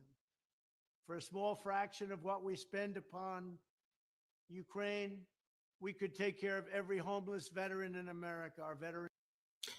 Now, are y'all hearing this? I'm sorry. Haven't I been saying this? Haven't I been saying this? I said, rather than Biden sending all those hundreds of billions of dollars to Ukraine, when we have a whole homeless crisis with people on the streets who have drug addictions, and some of these homeless people are veterans who fought for this country, and rather than using that money for them, he's giving it to foreign entities. Now, are y'all listening to what Trump is saying? Now, if Trump actually does this, it would be great. He said we have to get the homeless off the street. There's nothing, compassionate about having them live in filth and squalor, that they need help and they need professional help, and that for a fraction of the money that they've been sending to Ukraine, they could get them the help they need. And that's what should be done. That's what should be done as far as I'm concerned. Veterans are being treated horribly. Likewise, with all of the money we will save by ending mass unskilled migration, we will have a huge dividend to address this crisis in our own country. Under my strategy, working with states, we will ban urban camping wherever possible. Violators of these bans will be arrested, but they will be given the option to accept treatment and services if they're willing to be rehabilitated. Many of them don't want that. We'll give them the option. We will then open up large parcels of inexpensive land, bring in doctors, psychiatrists, social workers, and drug rehab specialists, and create 10 cities where the homeless can be relocated and their problems identified.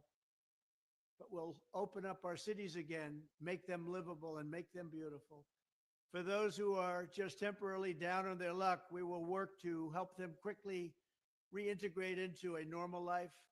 For those who have addictions, substance abuse, and common mental health problems, we will get them into treatment.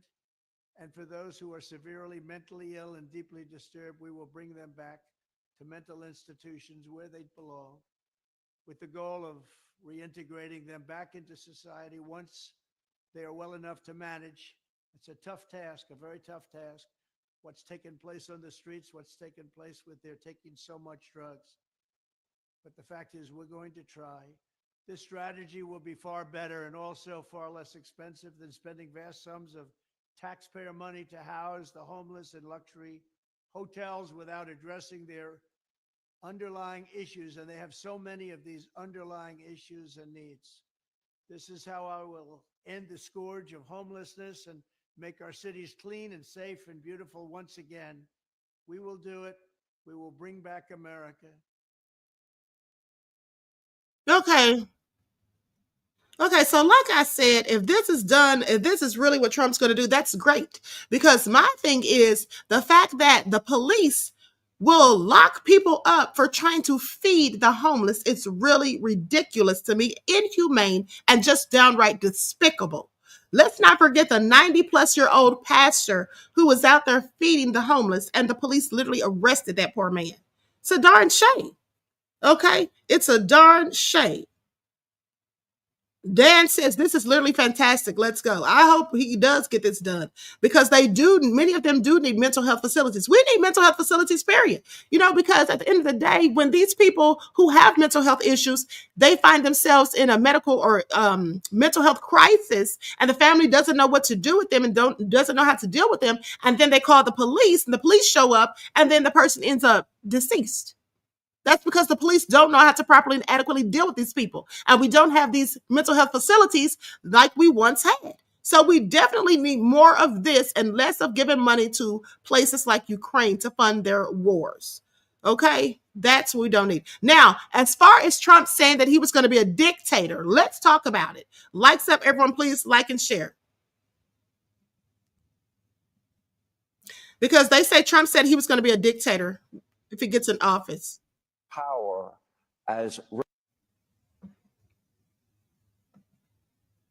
He says, you're not going to be a dictator, are you? I said, no, other than day one. you would never abuse power as retribution against anybody. Except for day one.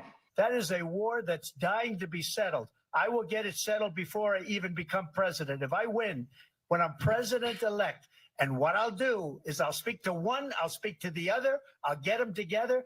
We will secure that border on day one. I always say, you know, they say, what are the first things you're going to do? I always say, number one, we're closing our border. On day one, I will launch the largest deportation program in American history. What I want to do and what I will do is you graduate from a college, I think you should get automatically as part of your diploma a green card. Somebody graduates at the top of the class, they can't even make a deal with the company because they don't think they're going to be able to stay in the country. That is going to end on day one. I'm going to terminate these Green New Deal atrocities on day one. And I will end the electric vehicle mandate on day one. And we will drill, baby, drill. We're going to start that day one.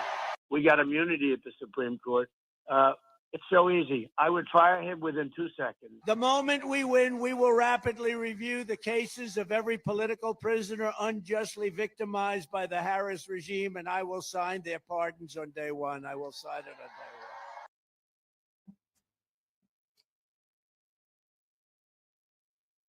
one. Now, when he says those by the Harris regime political prisoners, who's he talking about? Those thugs that rioted at the Capitol? Okay, those thugs that rioted at the Capitol, because that's who I think he's talking about. Okay, likes up, everyone, please like and share. Now, hold on. This chat's moving so quick. There was a comment that I wanted to read. Okay, Luna says a lot of these mental health people have been essayed and people didn't believe them. That's probably true, beloved. Absolutely. That's probably absolutely true. Okay. Hey, y'all, TV says, you mean to tell me like the Biden-Harris administration did by mandating the venom and censoring free speech? RG Titan says, see, this right here shows that Trump never said anything about being a doggone dictator. Lillian says, send our artists packing. You all are something else. Okay, now let's talk about Robert F. Kennedy. Okay. Hold on.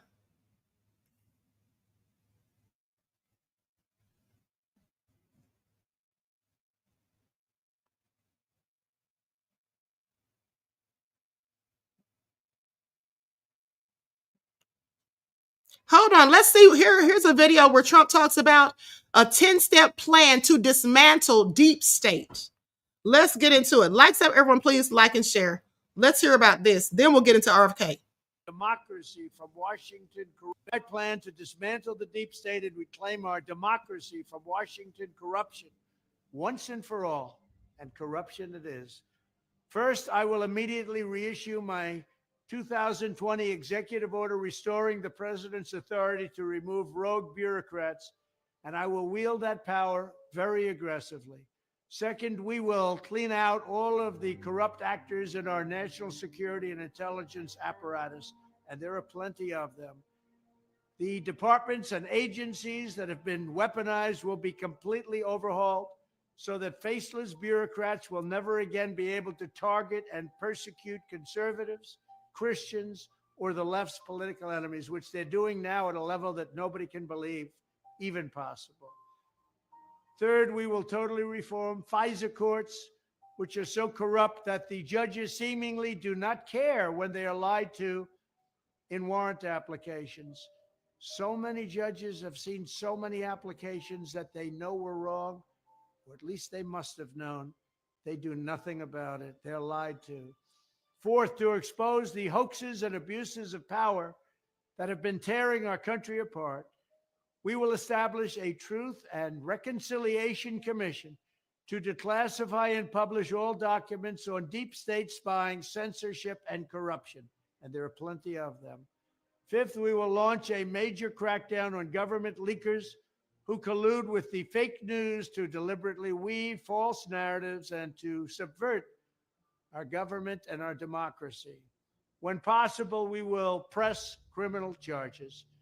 Sixth, we will make every inspector general's office independent and physically separated from the departments they oversee so they do not become the protectors of the deep state. Seventh, I will ask Congress to establish an independent auditing system to continually monitor our intelligence agencies to ensure they are not spying on our citizens or running disinformation campaigns against the American people, or that they are not spying on someone's campaign like they spied on my campaign. Eighth, we will continue the effort launched by the Trump administration to move parts of the sprawling federal bureaucracy to new locations outside the Washington swamp. Just as I moved the Bureau of Land Management to Colorado, as many as 100,000 government positions could be moved out, and I mean immediately, of Washington to places filled with patriots who love America, and they really do love America. Ninth, I will work to ban federal bureaucrats from taking jobs at the companies they deal with and that they regulate. So they deal with these companies and they regulate these companies, and then they want to take jobs from these companies. It doesn't work that way. Such a public display cannot go on, and it's taking place all the time, like with Big Pharma. Finally, I will push a constitutional amendment to impose term limits on members of Congress. This is how I will shatter the deep state and restore government that is controlled by the people and for the people.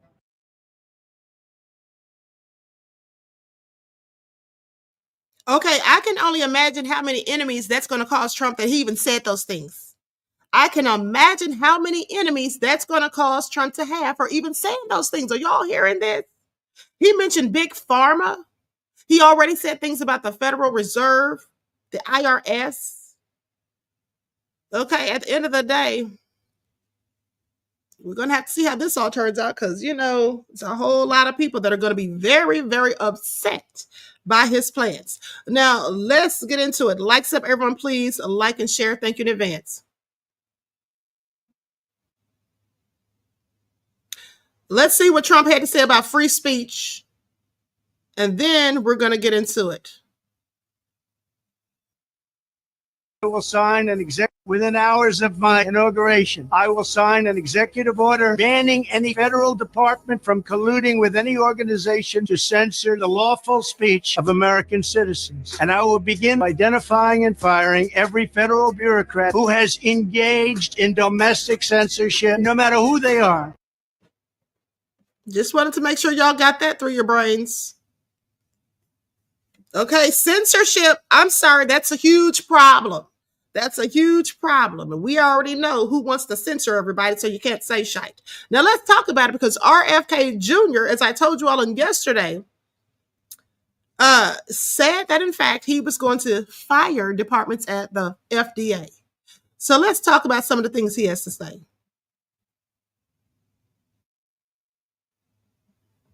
Here we go.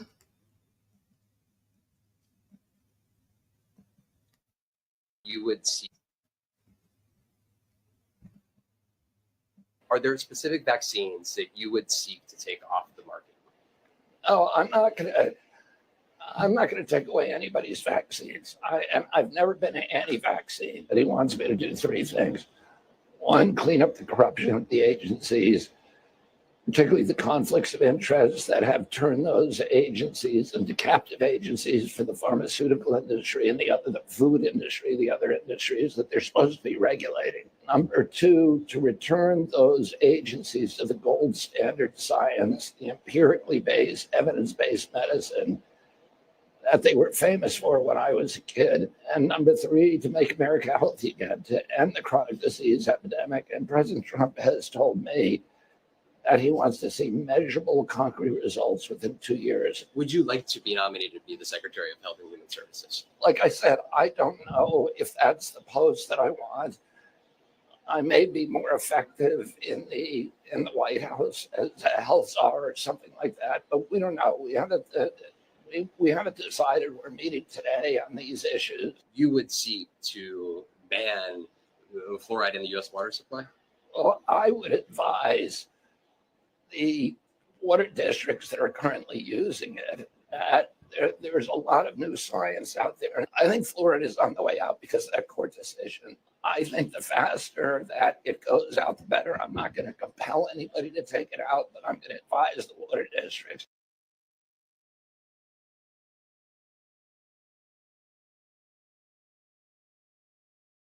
Still muted. Okay. Speaking about fluoride, fluoride has a lot of dangerous things about it. Okay. You can look it up and do the research yourself. Okay. At the end of the day, I don't allow them when I go to the dentist to give me a fluoride treatment. And they insist, oh, you need the fluoride for teeth. No, the hell I don't. Okay. Fluoride has been linked to Alzheimer's. Okay. Fluoride is one of the ingredients in a nuclear bomb. It's used in rat poison. And I want to put that on my teeth? No, I don't. And I don't want water with fluoride in it. Now, that's just me. Now, let's talk about these darn cereal that y'all been feeding your kids, okay? Let's get into it because they have some nefarious things to say about these Fruit Loops and some of these other cereal. Fruit Loops. This is one of the things that RFK Jr. was talking about. Focus on Fruit Loops by Robert Kennedy Jr., who's expected to take a major role overseeing public health in the new Trump administration. Why do we have Fruit Loops in this country that have 18 or 19 ingredients, and you go to Canada and it's got 2 or 3? Kennedy has raised concerns about the health effects of processed foods. He's not alone. Protesters recently gathered outside Kellogg's, demanding artificial dyes be removed from the cereal. I'm here for the mom. All the moms who struggle to feed their children healthy food without added chemicals. But experts warn not to jump to conclusions. If you compare a box of Fruit Loops from the United States and Canada, you will see they have roughly the same number of ingredients. The big difference is in what is being used for dyes. In Canada, it's a natural dye, such as carrot, watermelon, or blueberry juice, whereas in the United States, they're using artificial dyes like red 40, blue 1, and yellow 5 and 6. Studies have claimed those dyes could cause behavioral problems in some kids. The FDA has said most kids have no adverse effects, and Kellogg says its ingredients meet federal standards. But it's those standards Kennedy apparently wants to focus on, saying this yesterday about the staff at the FDA's nutrition department. In some categories of workers, there are entire departments, like the nutrition departments at FDA, that have to go. That are not doing their job. They're not protecting our kids. His potential future boss saying this about the power RFK could have. I'm going to let him go wild on health. I'm going to let him go wild on the food. Back in Trump's previous administration, Trump rolled back former First Lady Michelle Obama's healthier school lunch plan. But with RFK, Trump appears to be taking a step in a different direction. In recent years, Americans have become a little bit more aware about the impact of processed foods and what that may be having on rising rates of chronic disease and obesity. But what we need to remember is that processed foods diet is not the only culprit for the rise in chronic disease.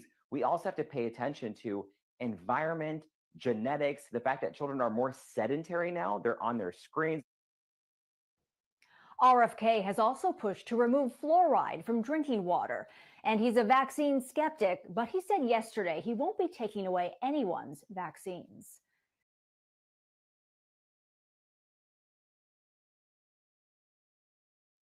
At the end of the day, we should all be skeptics about certain things. Please pay attention. Now, with that all been said, you heard that other countries, they use these natural dyes for their Fruit Loops. Well, whilst the United States uses things like yellow 6 and red 40. So let's talk about it, because years ago, I stopped eating a lot of things that contained red 40 and yellow 6. Let's get into it. I'm going to pull this up on the screen. What we're going to do is we're going to go to Google. And the reason we're going to go to Google is because I don't want ScrewTube saying anything about misinformation or whatnot. So we're going to get it just from the source because Google owns YouTube. Okay, so likes up, everyone, please like and share. I'm going to share my screen to let you see what it says about yellow 6. Okay, so there we have it on the screen. All right, yellow 6 is a synthetic food dye. It can cause a number of side effects, including hypersensitivity reactions. Yellow 6 can cause occasional but sometimes severe allergic reactions in sensitive individuals. Okay, cancer. Yellow 6 can be contaminated with carcinogens like 4-aminobiphenol, that's it, aminobiphenol, and benzodiazepine. However, the FDA has concluded that yellow 6 doesn't pose a significant cancer risk to humans. Now, some studies suggest that yellow 6, when mixed with other synthetic colors and sodium benzoate, may have a small but statistically significant effect on activity and attention in children. Okay, adrenal tumors in animals. Animal tests have shown that yellow 6 can cause tumors of the adrenal gland and kidney, though the FDA and industry dispute this. Now, keep in mind that the adrenal glands are right above the kidneys. Okay, so yellow 6 is used in baked goods, candy, and beverages. It is one of the 7 most widely used synthetic food dyes, along with blue 1, blue 2, green 3, red 40, and yellow 5. Now let's look up the side effects of red 40. Red 40 is something that you will find for those of you who allow your kids to eat things such as hot fries or hot Cheetos. Those things contain red 40. And I am not a medical doctor. Okay, although I am a doctor of public administration, I'm not a medical doctor, and I'm clearly not giving you medical advice. We're just Googling things to get information. Red 40 has also known as Allura Red AC, is a synthetic dye that's used in food, drinks, and arts and craft supplies. Foods, drinks, and arts and craft supplies. Would you really want to eat something, consume, or drink something that is used in arts and crafts supplies? Ask yourself. Now, food. Red 40 is a common ingredient in candy, cake mixes, dairy products, breakfast cereals, and beverages like Coca-Cola, Dr. Pepper, and Pepsi. Okay, for arts and craft, red 40 is used in color, crayons, pens, and markers. It's also used in cosmetics. Red 40 is made from petroleum and is approved for human consumption by the U.S. Food and Drug Administration, otherwise known as the FDA, and the European Food and Safety Authority, known as EFSA. However, some studies have suggested that red 40 may have negative health effects, including it can worsen the conditions of ADHD symptoms in children, can cause migraines, hyperactivity, hives, allergic reactions, behavioral changes like irritability and depression, sneezing, watery eyes, skin irritation. Red 40 may also appear on food labels under various names such as FD and C. Okay, and then red number 40, FD and C, red number 40, aluminum lake, and CI food, red 17. Now, I could have sworn that I read that it also is linked to Alzheimer's. So let's see if that's on here.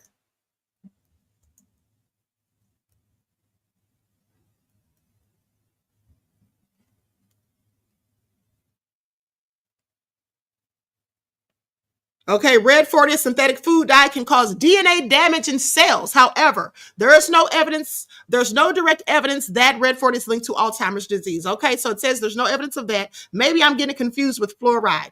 But it does say that it can cause DNA damage in cells. Okay, so please pay attention. Now let's see about fluoride.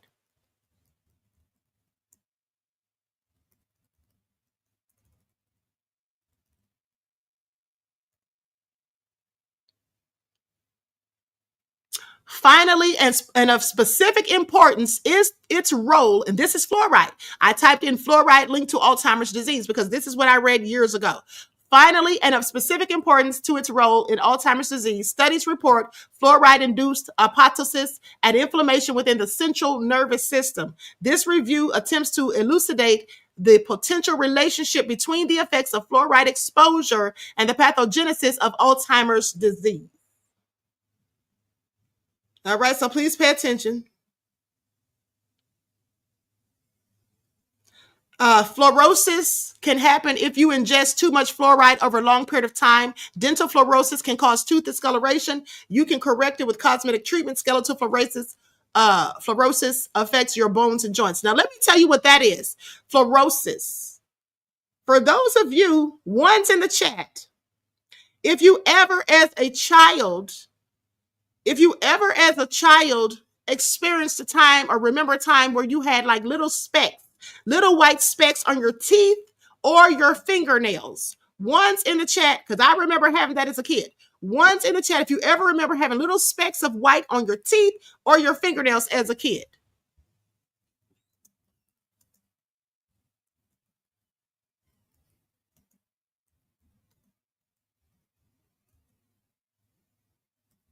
Hold on, beloveds.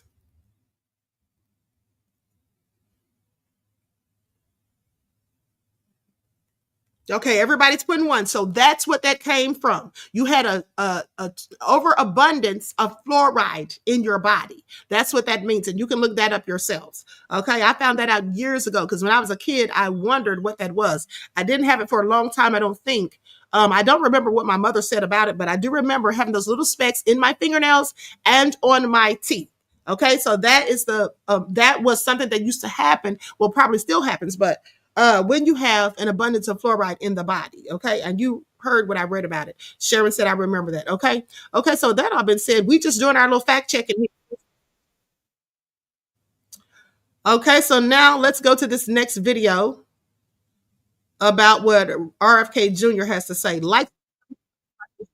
Major role in Now, these are your lifelines. Please pay attention. Robert F. Kennedy Jr. is expected to take up a major role in the new Trump administration involving health issues.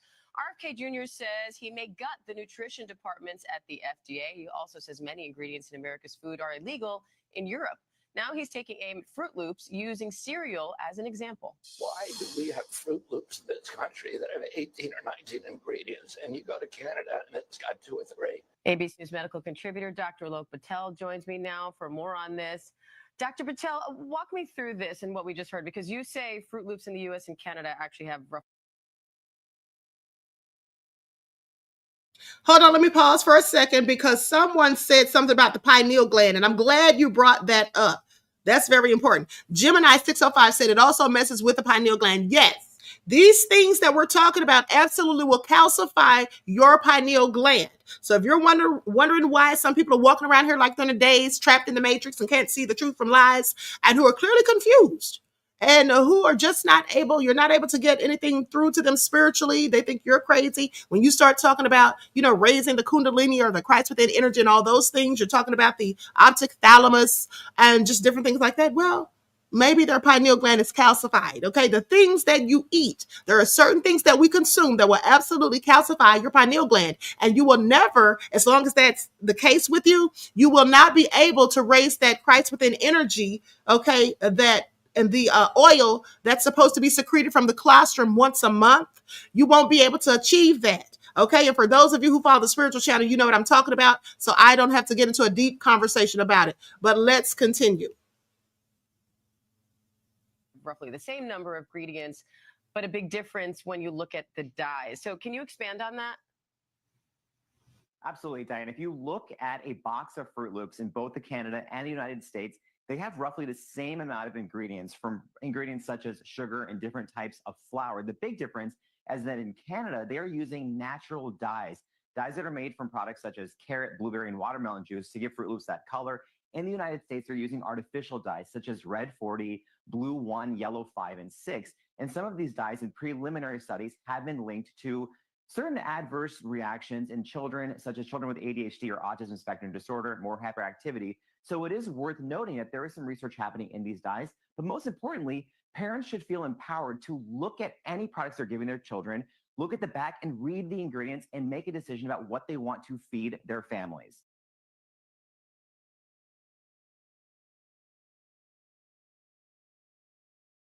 Now, let me say this and pay attention because these are your lifelines, beloveds, okay? I haven't given you your lifelines in a while, but these are your lifelines, okay? Now, let's think about when we were kids, our parents didn't know all of these things that we're free to get information about now. And so our parents allowed us to eat all these things. We drank all the Kool-Aid, okay, with all the sugar in there and all of that stuff. And we ate all these cereal and Pop-Tarts and all these things, which is some of the worst things to feed your kids. Okay, you can make homemade Pop-Tarts out of real fruit. Okay, there's recipes online. You can look them up. And for those of you who have my vegan cookbook or the vegan with the different recipes, or the ones with the not the smoothies, but the the vegan cookbook with the sweet treats and stuff in there, like the desserts. Those are all good things to make for your kids, okay? But with that all being said, our parents weren't privy to this information because now this is the age of information. This is the information age. All you have to do is just do a little bit of research. You can look at all sorts of things online. There's videos with people putting out information to help you. You can research things yourself. We have the internet and all of that, and you should take advantage of it because there's no excuse for people to still be, ignorant to the fact of the things that we consume and how they can be a detriment to our own health. There's no excuse for that. And if you choose to eat certain things that are not good for you, that's on you. You're an adult and you can make those decisions. But for children, they don't have a choice. They only are given what we give them to eat. And I see all of these people taking kids to McDonald's and, all of this stuff. And it's really sad because at the end of the day, we ate that as kids. We didn't know any better. Our parents didn't know any better. But now that you do, why would you give your children fast food on a regular basis? I could see if you give it to them every now and then, like some people do. I wouldn't give it to them at all, knowing what I know now. But giving your kids fast food every day. I literally saw a video of a little black girl about 5 or 6 years old who her mother was taking her to McDonald's. And the little girl said, "Why are we going there?" She said, "You take me there every day." The child had been there so much, she literally didn't even want it. She wanted a home-cooked meal. She wanted a home-cooked meal. At the end of the day, giving your kids candy and all the time, then you wonder why their teeth are brittle or rotting out or whatever, they have cavities. Why not give them some fruits to snack on? And I'm not talking about fruit chews. Why would you give your kids fruit chews? That stuff's not real fruits. It's artificial. Do you think that's healthier than a Snickers? It isn't. So giving your children healthy snacks, making baby food for your children rather than buying the baby food from the store, which has preservatives. You can just get a blender and put fruit in there and vegetables and make them their own healthy baby food. That's what you can do. But like I said, the information is out there. And when we say our people perish for lack of knowledge, there really is no excuse. Okay, because really the knowledge is out there. Whether or not you choose to use it is up to you. Okay, but so let's continue. Because this black woman says that RFK Jr. is going to destroy the food industry. And I have several questions as to why she thinks that when he's talking about promoting healthy food and eating. So let's get into it. Likes up, everyone, please like and share. After this election. Hi, my name is Patty and I work in agriculture. And after this election, which I personally am deeply disappointed with, I wanted to express to you guys how dangerous it would be for RFK to be anywhere near the FDA or agricultural practices, period. The reason I'm making this video is not necessarily to scare anyone. It's not to spread misinformation, but it's to express to you guys and show you how complex and how integrated our agricultural system is, how it kind of works with the FDA, and what it means for someone with RFK's ideas about food in the world to actually be implemented and how that impacts you. So for one, you need to know what RFK actually believes. Number one, RFK believes in the banning of GMOs. He wants to get rid of pesticides and he wants to get rid of seed oils. And this will probably be a multi-video because I don't want it to be too long and lose your attention about it. We're going to start with GMOs and pesticides and why that would be a really bad thing if we were to get rid of either or. I know people think of pesticides and they're like, oh, we want to get rid of pesticides and majorly reduce them. Yeah, that's great. Let's do it because pesticides get into your water. They get into the soil. They can cause algae blooms. They can do, there are a lot of things that pesticides can do that are not great things. But if you didn't know this, we've been reducing the amount of pesticides that we use over the past few decades.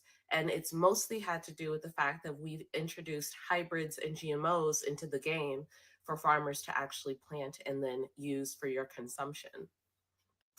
And you heard the word GMOs and hybrids and you're wondering what either of those things mean. GMOs are genetically modified organisms.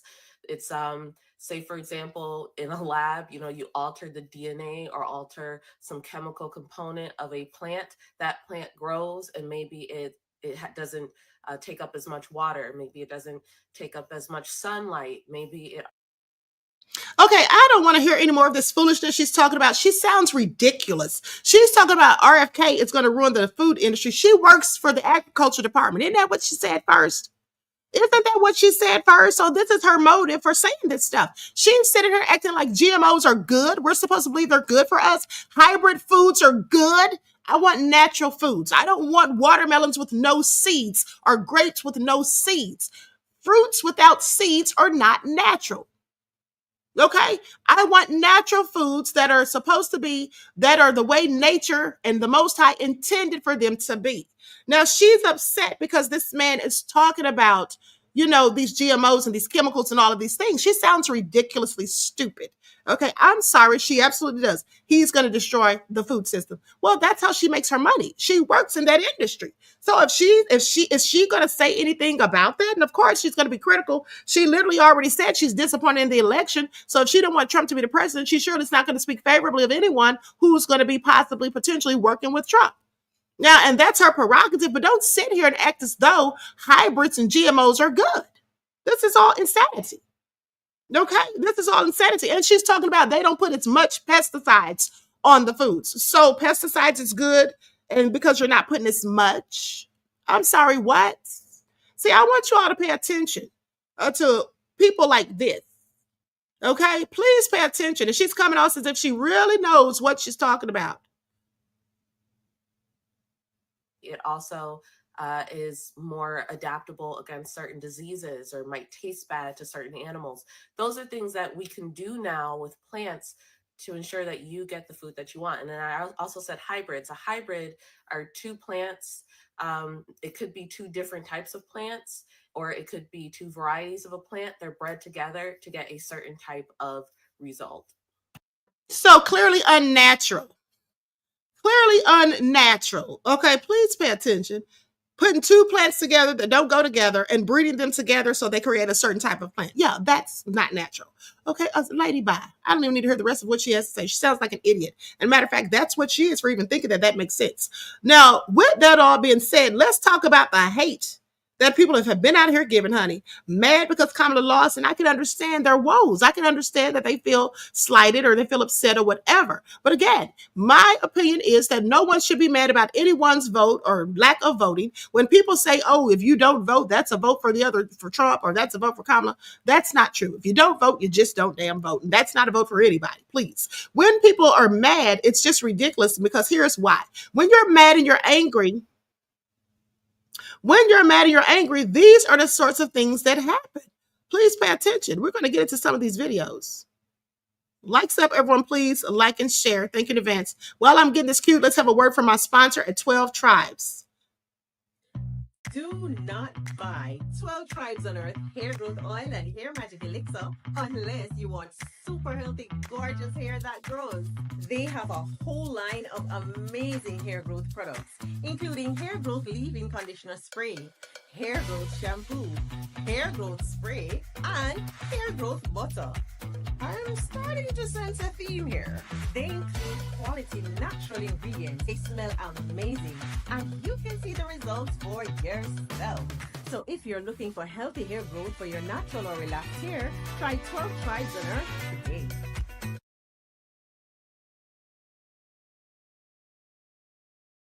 Okay, so with that all being said, you can purchase your 12 Tribes at Etsy.com. Just look for Lisa Crafts. You can also find it at Walmart.com. Now, let's get into the hate, honey. They're out here hating, just mad and butthurt and clearly pressed and bothered. Now, I find it all just evil and wicked. And these people, as far as I'm concerned, are nothing more than angry demons, okay? You don't always get what you want in life, and that's just how it goes. You voted against me. You voted against my right to live. You voted against all the women and their rights. I hope you enjoy your cheap gas. I'm fucking feral today. Feral! I want to eat, like, maybe they voted for Kamala, but, like, I want to eat them right now. Is anyone else having a meltdown? I don't know how to do this. I don't know how to wait. I'm so stressed. How you can't look out into the world, into the people of this country, and see what's happening. I'm going to get drunk today, and I'm going to act like an angry black woman, because I'm angry! I'm mad! I'm upset! I'm going to get drunk and cause a problem. Listen, I'm seeing comments where people are like, I'm in another country. I don't know how this happened. Why not? TV. Asshole! I'll buy you. No! No, this one's gonna be taken away because of him! Because of that stupid! Stop it! I'm sorry! No! No! No! No! Why? Why? Why? Why? Why? Do you really hate me that bad? What the?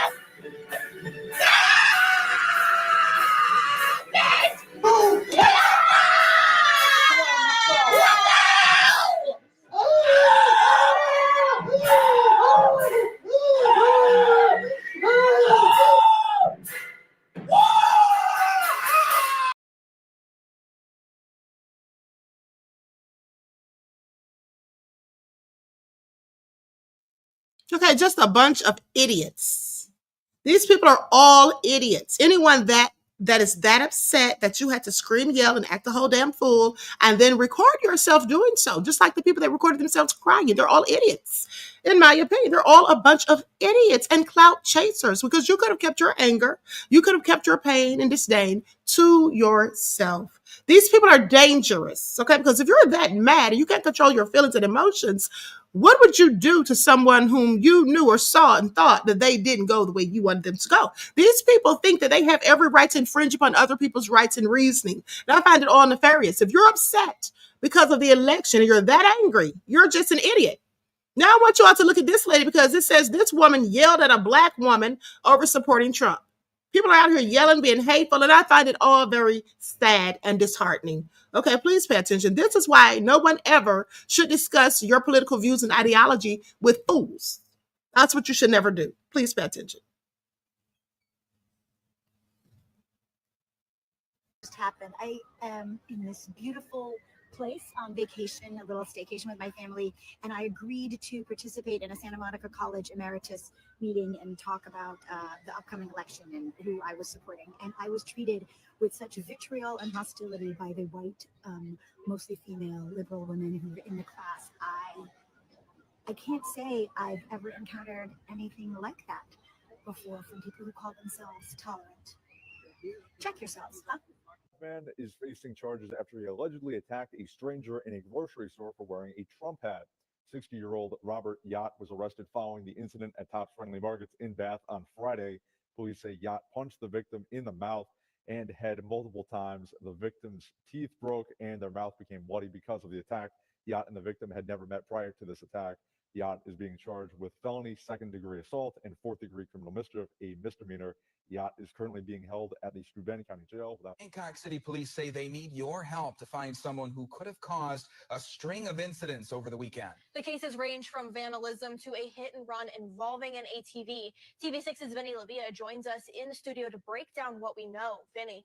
Grace, Cody, the Hancock Police Department is asking the community to help identify a suspect in a string of incidents in the city yesterday. The incidents are 2 vehicle vandalizations and a hit and run. All 3 are suspected to be politically motivated. In all 3, the suspect was driving an ATV four-wheeler. The hit and run was at a residence on Anthony Street at roughly 5:45 in the afternoon. An 80-year-old resident was setting up a Donald Trump support signs in his yard. According to the police, the driver had pulled out the signs, and when the resident tried to put them back, the driver came back into the yard and ran the resident over. The resident is now at Portage Health in critical condition. We're not sure what could happen. Could he die from these injuries? Possibly. Now, I want you all to pay attention to this bull crap. They ran over an elderly man because he was putting Trump signs in his yard. At the end of the day, these people are dangerous. And the thing is, I know people who literally are trying to act like it's okay for them to be mad. You don't have any business being mad about what anyone else did. No matter how you feel, you have no business being angry at what someone else chose to do with their one vote, as far as I'm concerned. And this is the kind of stuff that they're condoning when they feel that way. Like, oh, it's okay. This is absolutely heinous. Now this man is lying in a hospital bed in critical condition. Prayers for his speedy recovery. Okay, this is all so crazy. And I want you all to pay attention, because these same stupid people saying these things and doing these things and acting this way, if the shoe were on the other foot, if it were people upset because Kamala won, and it was Trump supporters doing these things, it would just be a whole nother story. They would have so much to say, but it's Kamala's people doing this. And I told you all this weeks ago. I told you all this weeks ago how they were being so mean, nasty, hateful, hostile, and aggressive, and angry, and vicious. And that's why people were calling them Blue MAGA. But I want you all to pay attention. If the shoe were on their other foot, would these demons really be saying, are you acting like it's okay? Would it, oh, it's okay to be mad? No, they wouldn't. And that's the difference. Hypocrites. Possible there's anybody out there that has any information on the person driving this four-wheeler, please call the Hancock Police Department. You can call the department at 9. Yeah. Now that is a darn shame. Now look at this one. This is another video where a Karen kicked a black conservative out of her restaurant, okay, because he wasn't going the way she wanted him to go. You lost your little brother. I want to just remind people, you lost your little brother, and you move with your other brother down to Florida to keep your family safe. You're moving other family members down there to keep them safe. You now have a new calling to help save lives in cities like Chicago, where your innocent brother was murdered back in June. You're working with Congress. You're working with John Walsh. You're doing incredible work. It's become a calling for you. You're there. Were you ever talking about anything involving eugenics, anything degrading towards women? Because I know you to be a pretty good Christian. That doesn't sound like you to me. Absolutely not. I was not saying anything like that. And thank you, Sean, for having me and being an advisor to me on my brother since he was murdered back in June. But Raphael says they're also saying to get rid of your husband either through divorce or other wicked ways, particularly towards black men. Exactly. This is all so divisive and so low vibrational.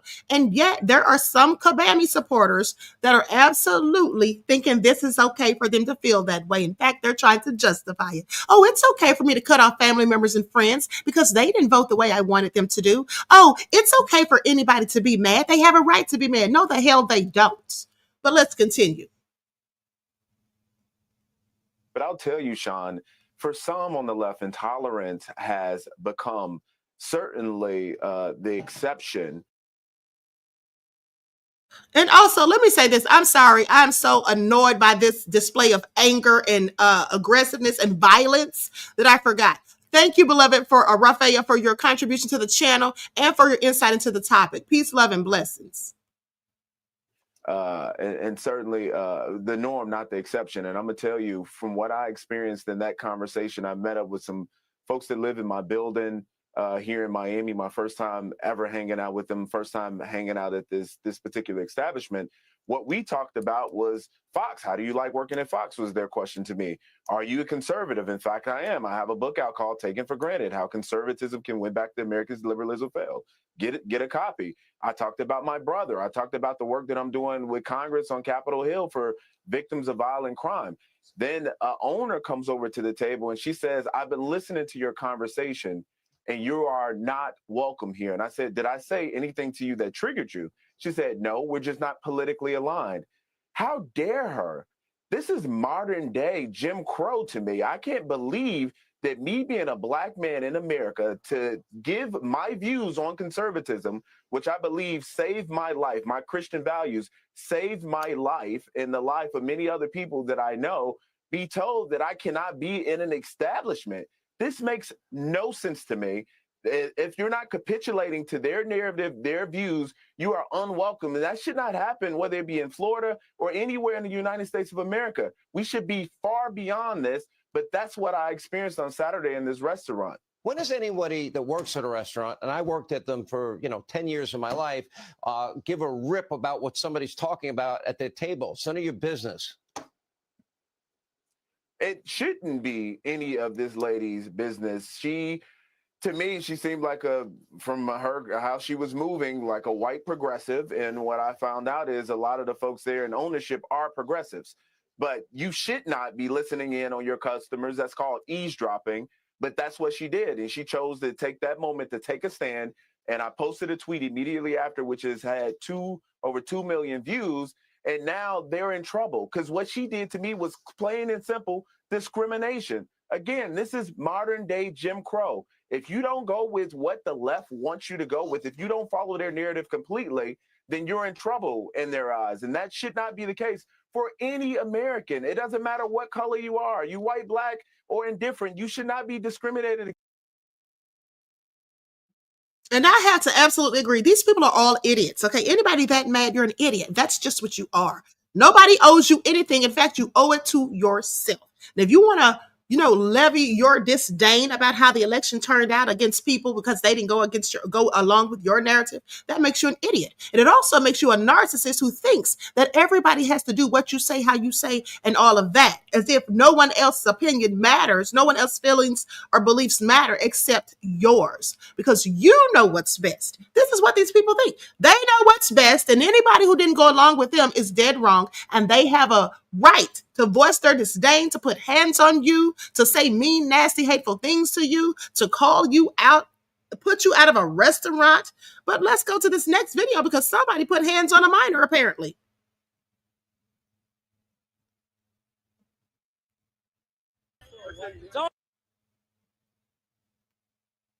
And as far as I'm concerned, if you condone any of it, then you condone all of it, because things always can escalate. Hey, you smacked the minor. Tony, press charges. Just on a stretcher or a wheelchair. There's like a scabby right there, and there's not. Way back there. Free country to hit minors. Right. Yeah, teleprompter's on. Hey, press charges. Press charges. Press charges. Get her face on camera. Take a picture of her. Fuck, I take a fucking picture of her. I can zoom in that far. Bravo, yeah. Yeah, you're a minor. Yeah, she is. I got a picture of her. Officer. Hey, lock her up. Officer. Lock her up. Lock her up. Lock her up. Lock her up. Lock her up.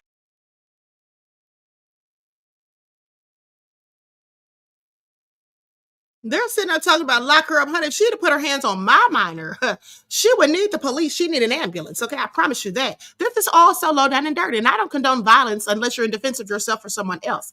But at the end of the day, I also saw a video a few weeks ago. I didn't even show it. But there was a woman who was a Karen, and she was upset because it was a guy, and he had a child with him. The child couldn't have been any more than 3 years old. Okay, he had the child in the stroller, and I don't know what the poor child said. Okay, the child may have said something about Trump, I don't know, but this Cabanian got up in this child's face and was screaming at the child. Screaming at this man's child. Okay? And the man just picked the child up and carried her away, and this woman got in the middle and was like, don't do that. But she's going off on a child, 3 years old. These people are crazy, honey. They're all idiots as far as I'm concerned. Anybody act like this is a whole damn idiot. But let's keep going because there's a whole lot of hate. This isn't the end of it. This isn't the end of it, honey. This is all so crazy and sad. It's really sad. This man wearing is out of a job after confronting this man wearing his Make America Great Again hat. The incident playing out at a Palo Alto Starbucks store. Good evening, I'm Elizabeth Cook. And I'm Veronica Dela Cruz. Let's get you right to KPX5's Len Ramirez in Palo Alto, where he spoke with a Trump supporter about what exactly happened. Len? Reached out to both the woman and the man involved in this incident, but we were unable to reach the woman. She seems nowhere to be found after apparently losing her job nearby. But the man apparently still out here walking the streets, and that's where we found him today. You know, America's still a free country, right? Victor F. is a 74-year-old Trump supporter who lives in Palo Alto. He casually went about his business today, still sporting the red MAGA hat that prompted a loud confrontation with a woman at a Palo Alto Starbucks 2 days ago. This crazy woman came over, started raving at me. She turned to the rest of the Starbucks. Hey, everybody, here's this racist here. He hates brown people. He's crazy. He's a Nazi and so forth. The woman, Rebecca Parker Mankey, then began taking photos and posting about it on her Facebook, saying she was going to shame him, get him fired, kicked out of clubs, and march up and down his street. Victor says she left, then came back and tried to rile the Starbucks crowd once more. Hey, again, everybody here, this racist and so on. And then as she wrote in her thing, she was disappointed all the people didn't come and mob me. In fact, the opposite happened. People started harassing Parker Mankey's family and her employer, Griffin Stringed Instruments, where she worked as an accountant. The store owner decided to fire her after he read her Facebook posts. We feel that music is what brings people together.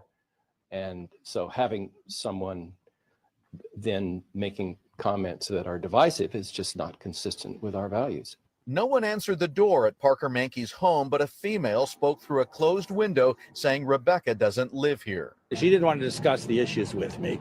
She wanted just to scream about Nazis and so on. Victor wears a yarmulke underneath his MAGA hat. He is Jewish, and so to him, being called a Nazi is hurtful. People with an education should know better than to say stupid things like that. Lots of people have come up to me and said they sympathize and so on, but they're scared to wear the Trump hat. So I hope this incident brings a wave of people wearing the Trump hats, just like the wave of people with anti-Trump opinions. Now, Victor says he has been wearing his MAGA hat for many months now. A few people come up to him and say that they agree with him and thank him for wearing it, but he says, by and large, most people just ignore.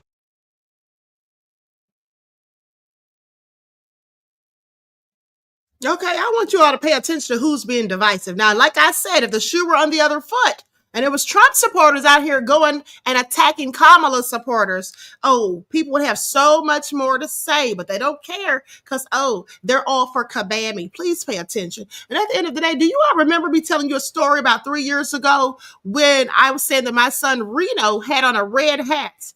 And it said, make red hats popular again, or something like that. It said, make red hats great again, or make red hats popular again, something like that. And so he was going into a parking garage to a building we were going to. And I had gotten out of the car and he was going to park the car. So I'm standing there waiting and I see him as the parking attendant standing there talking to him. And this is a black lady and she's standing there talking to him and, taking a minute, I'm like, I'm gonna say to myself, what is she asking him? So when he finally parked the car and came out, I said, what was the hold up? What was that lady saying to you? He said, oh, she was like, hold on, wait a minute. What? I'm not letting you in here. She said, what does your hat say? So he took the hat off and showed it to her. She said, oh, I thought it said make America great again. You can go ahead. And I'm like, even if it did say that, who the hell is she? You don't get to tell somebody they can't come into a building. In fact, especially a building you don't even own because you don't like their political views. Okay? If I don't like someone's political views, I just don't like their political views. That doesn't have anything to do with how I'm going to treat them. Okay, unless they're disrespectful to me, I'm not going to be disrespectful to them. But this is what these people are doing. And I find it absolutely egregious. And then they will justify their own bull crap by saying that, oh, well, Trump's going to do this and Trump's going to do that. They don't know what the hell Trump's going to do because he haven't even gotten in office yet. And if they want to judge it by anything, judge it by what he did last time he was in there until further notice. These people are wicked and insane as far as I'm concerned, and very low down and nefarious, honey. Stuff like this just boils my blood, especially the fact that an 80-year-old man is now lined up in the hospital in critical condition because some thug run over him because he was putting signs in his own yard. This is absolutely crazy. I hope that person goes straight to jail. Here online to some smartphone video that is certainly getting a lot of attention here online. It shows a Trump supporter by the name of Scott Kateski being yelled at by a woman on an Alaskan Airlines flight from Baltimore to Seattle. Sitting down the seat saying that I came here to celebrate today. Is there going to be a problem? I would like for him to change seats with someone. No, I'm going to get somebody. Well, you don't have that right. So I will get somebody to come and talk. You pretend you have the moral high ground, but you put that man's finger on the nape of your butt. That man doesn't believe in climate change. Do you believe in gravity? Did you know gravity is just a theory?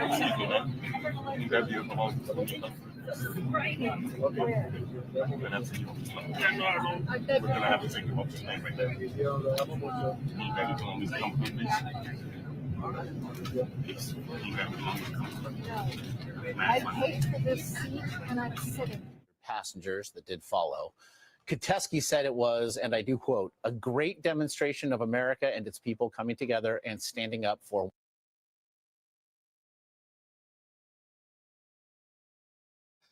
Absolutely sad and nefarious. Okay, this is all a darn shame. At the end of the day, I'm so glad this election is over. I will just be glad with these idiots who act like freaks, who act like they just run everything and get to tell everybody else what to do and how to do and what to think. I'll be glad when they calm the hell down and sit down somewhere. Okay, because this is all just crazy. Trump's not even in office, and this is what they're out here doing. Okay, don't blame us because your candidate lost. Okay, at the end of the day, some of these people may not have even voted, but they're out here being attacked. And all this vicious stuff that's going on. This is all sad. This is all real sad.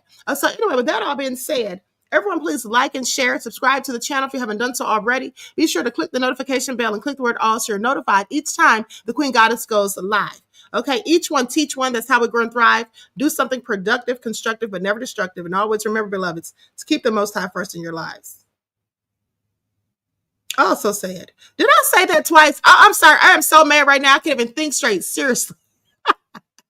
Seriously, I am so mad. I mean, you literally ran over someone because they were putting signs out. Were those signs going to hurt you? Is it your right to tell somebody who they can or can't support? How they should think? What to do with their vote? And I want you to pay attention because a lot of these hateful devils are some of the same people that will sit up there and say, oh, well, everybody has the right to vote, and then some of them who look like me will say, well, our ancestors died for us to have the right to vote. But if somebody has a right to vote and it doesn't align with your own ideology, attack them verbally or physically even. Real sad. Okay, real sad. Well, that all being said, y'all, Miss AP said, great life, Queen. I love you to life too. Thank you, beloved. Okay, and so that all been said, I hope you all enjoy the rest of this beautiful day, and I will talk to you all again soon. Peace.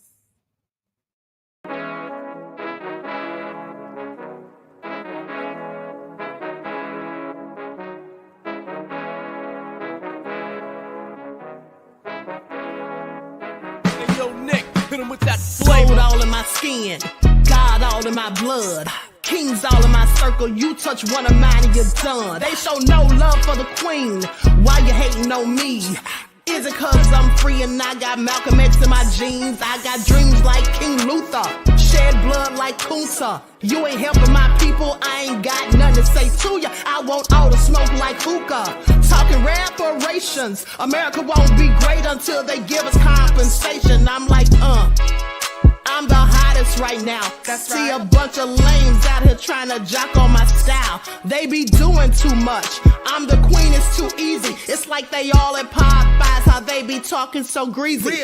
I just sit back and laugh while these haters get madder. So nefarious how they don't want my pockets with cheddar. I tell them they can do better. These snakes in the grass can leave a bite on your ass, cause y'all be trusting too fast. I got my foot on the gas, other one on they necks. Dropping receipts on haters, you better show some respect. I'm never facing regrets, we only facing the threats. Running through every challenge like a relay, break no sweat. It's a cold game, so I got that blanket with me. Now that my people awaken, ain't no going to sleep. I do not play by my piece, this time I'm playing for keeps. You talking slick, but when I see you like them ends, we gon' meet. And I got gold all in my skin, God all in my blood. Kings all in my circle, you touch one of mine and you done. They show no love for the queen, why they hating on me? Is it cause I'm free and I got Malcolm X in my jeans and I got gold all in my skin, God all in my blood. Kings all in my circle, you touch one of mine and you done. They show no love for the queen, why they hating on me? Is it cause I'm free and I got Malcolm X in my jeans and I got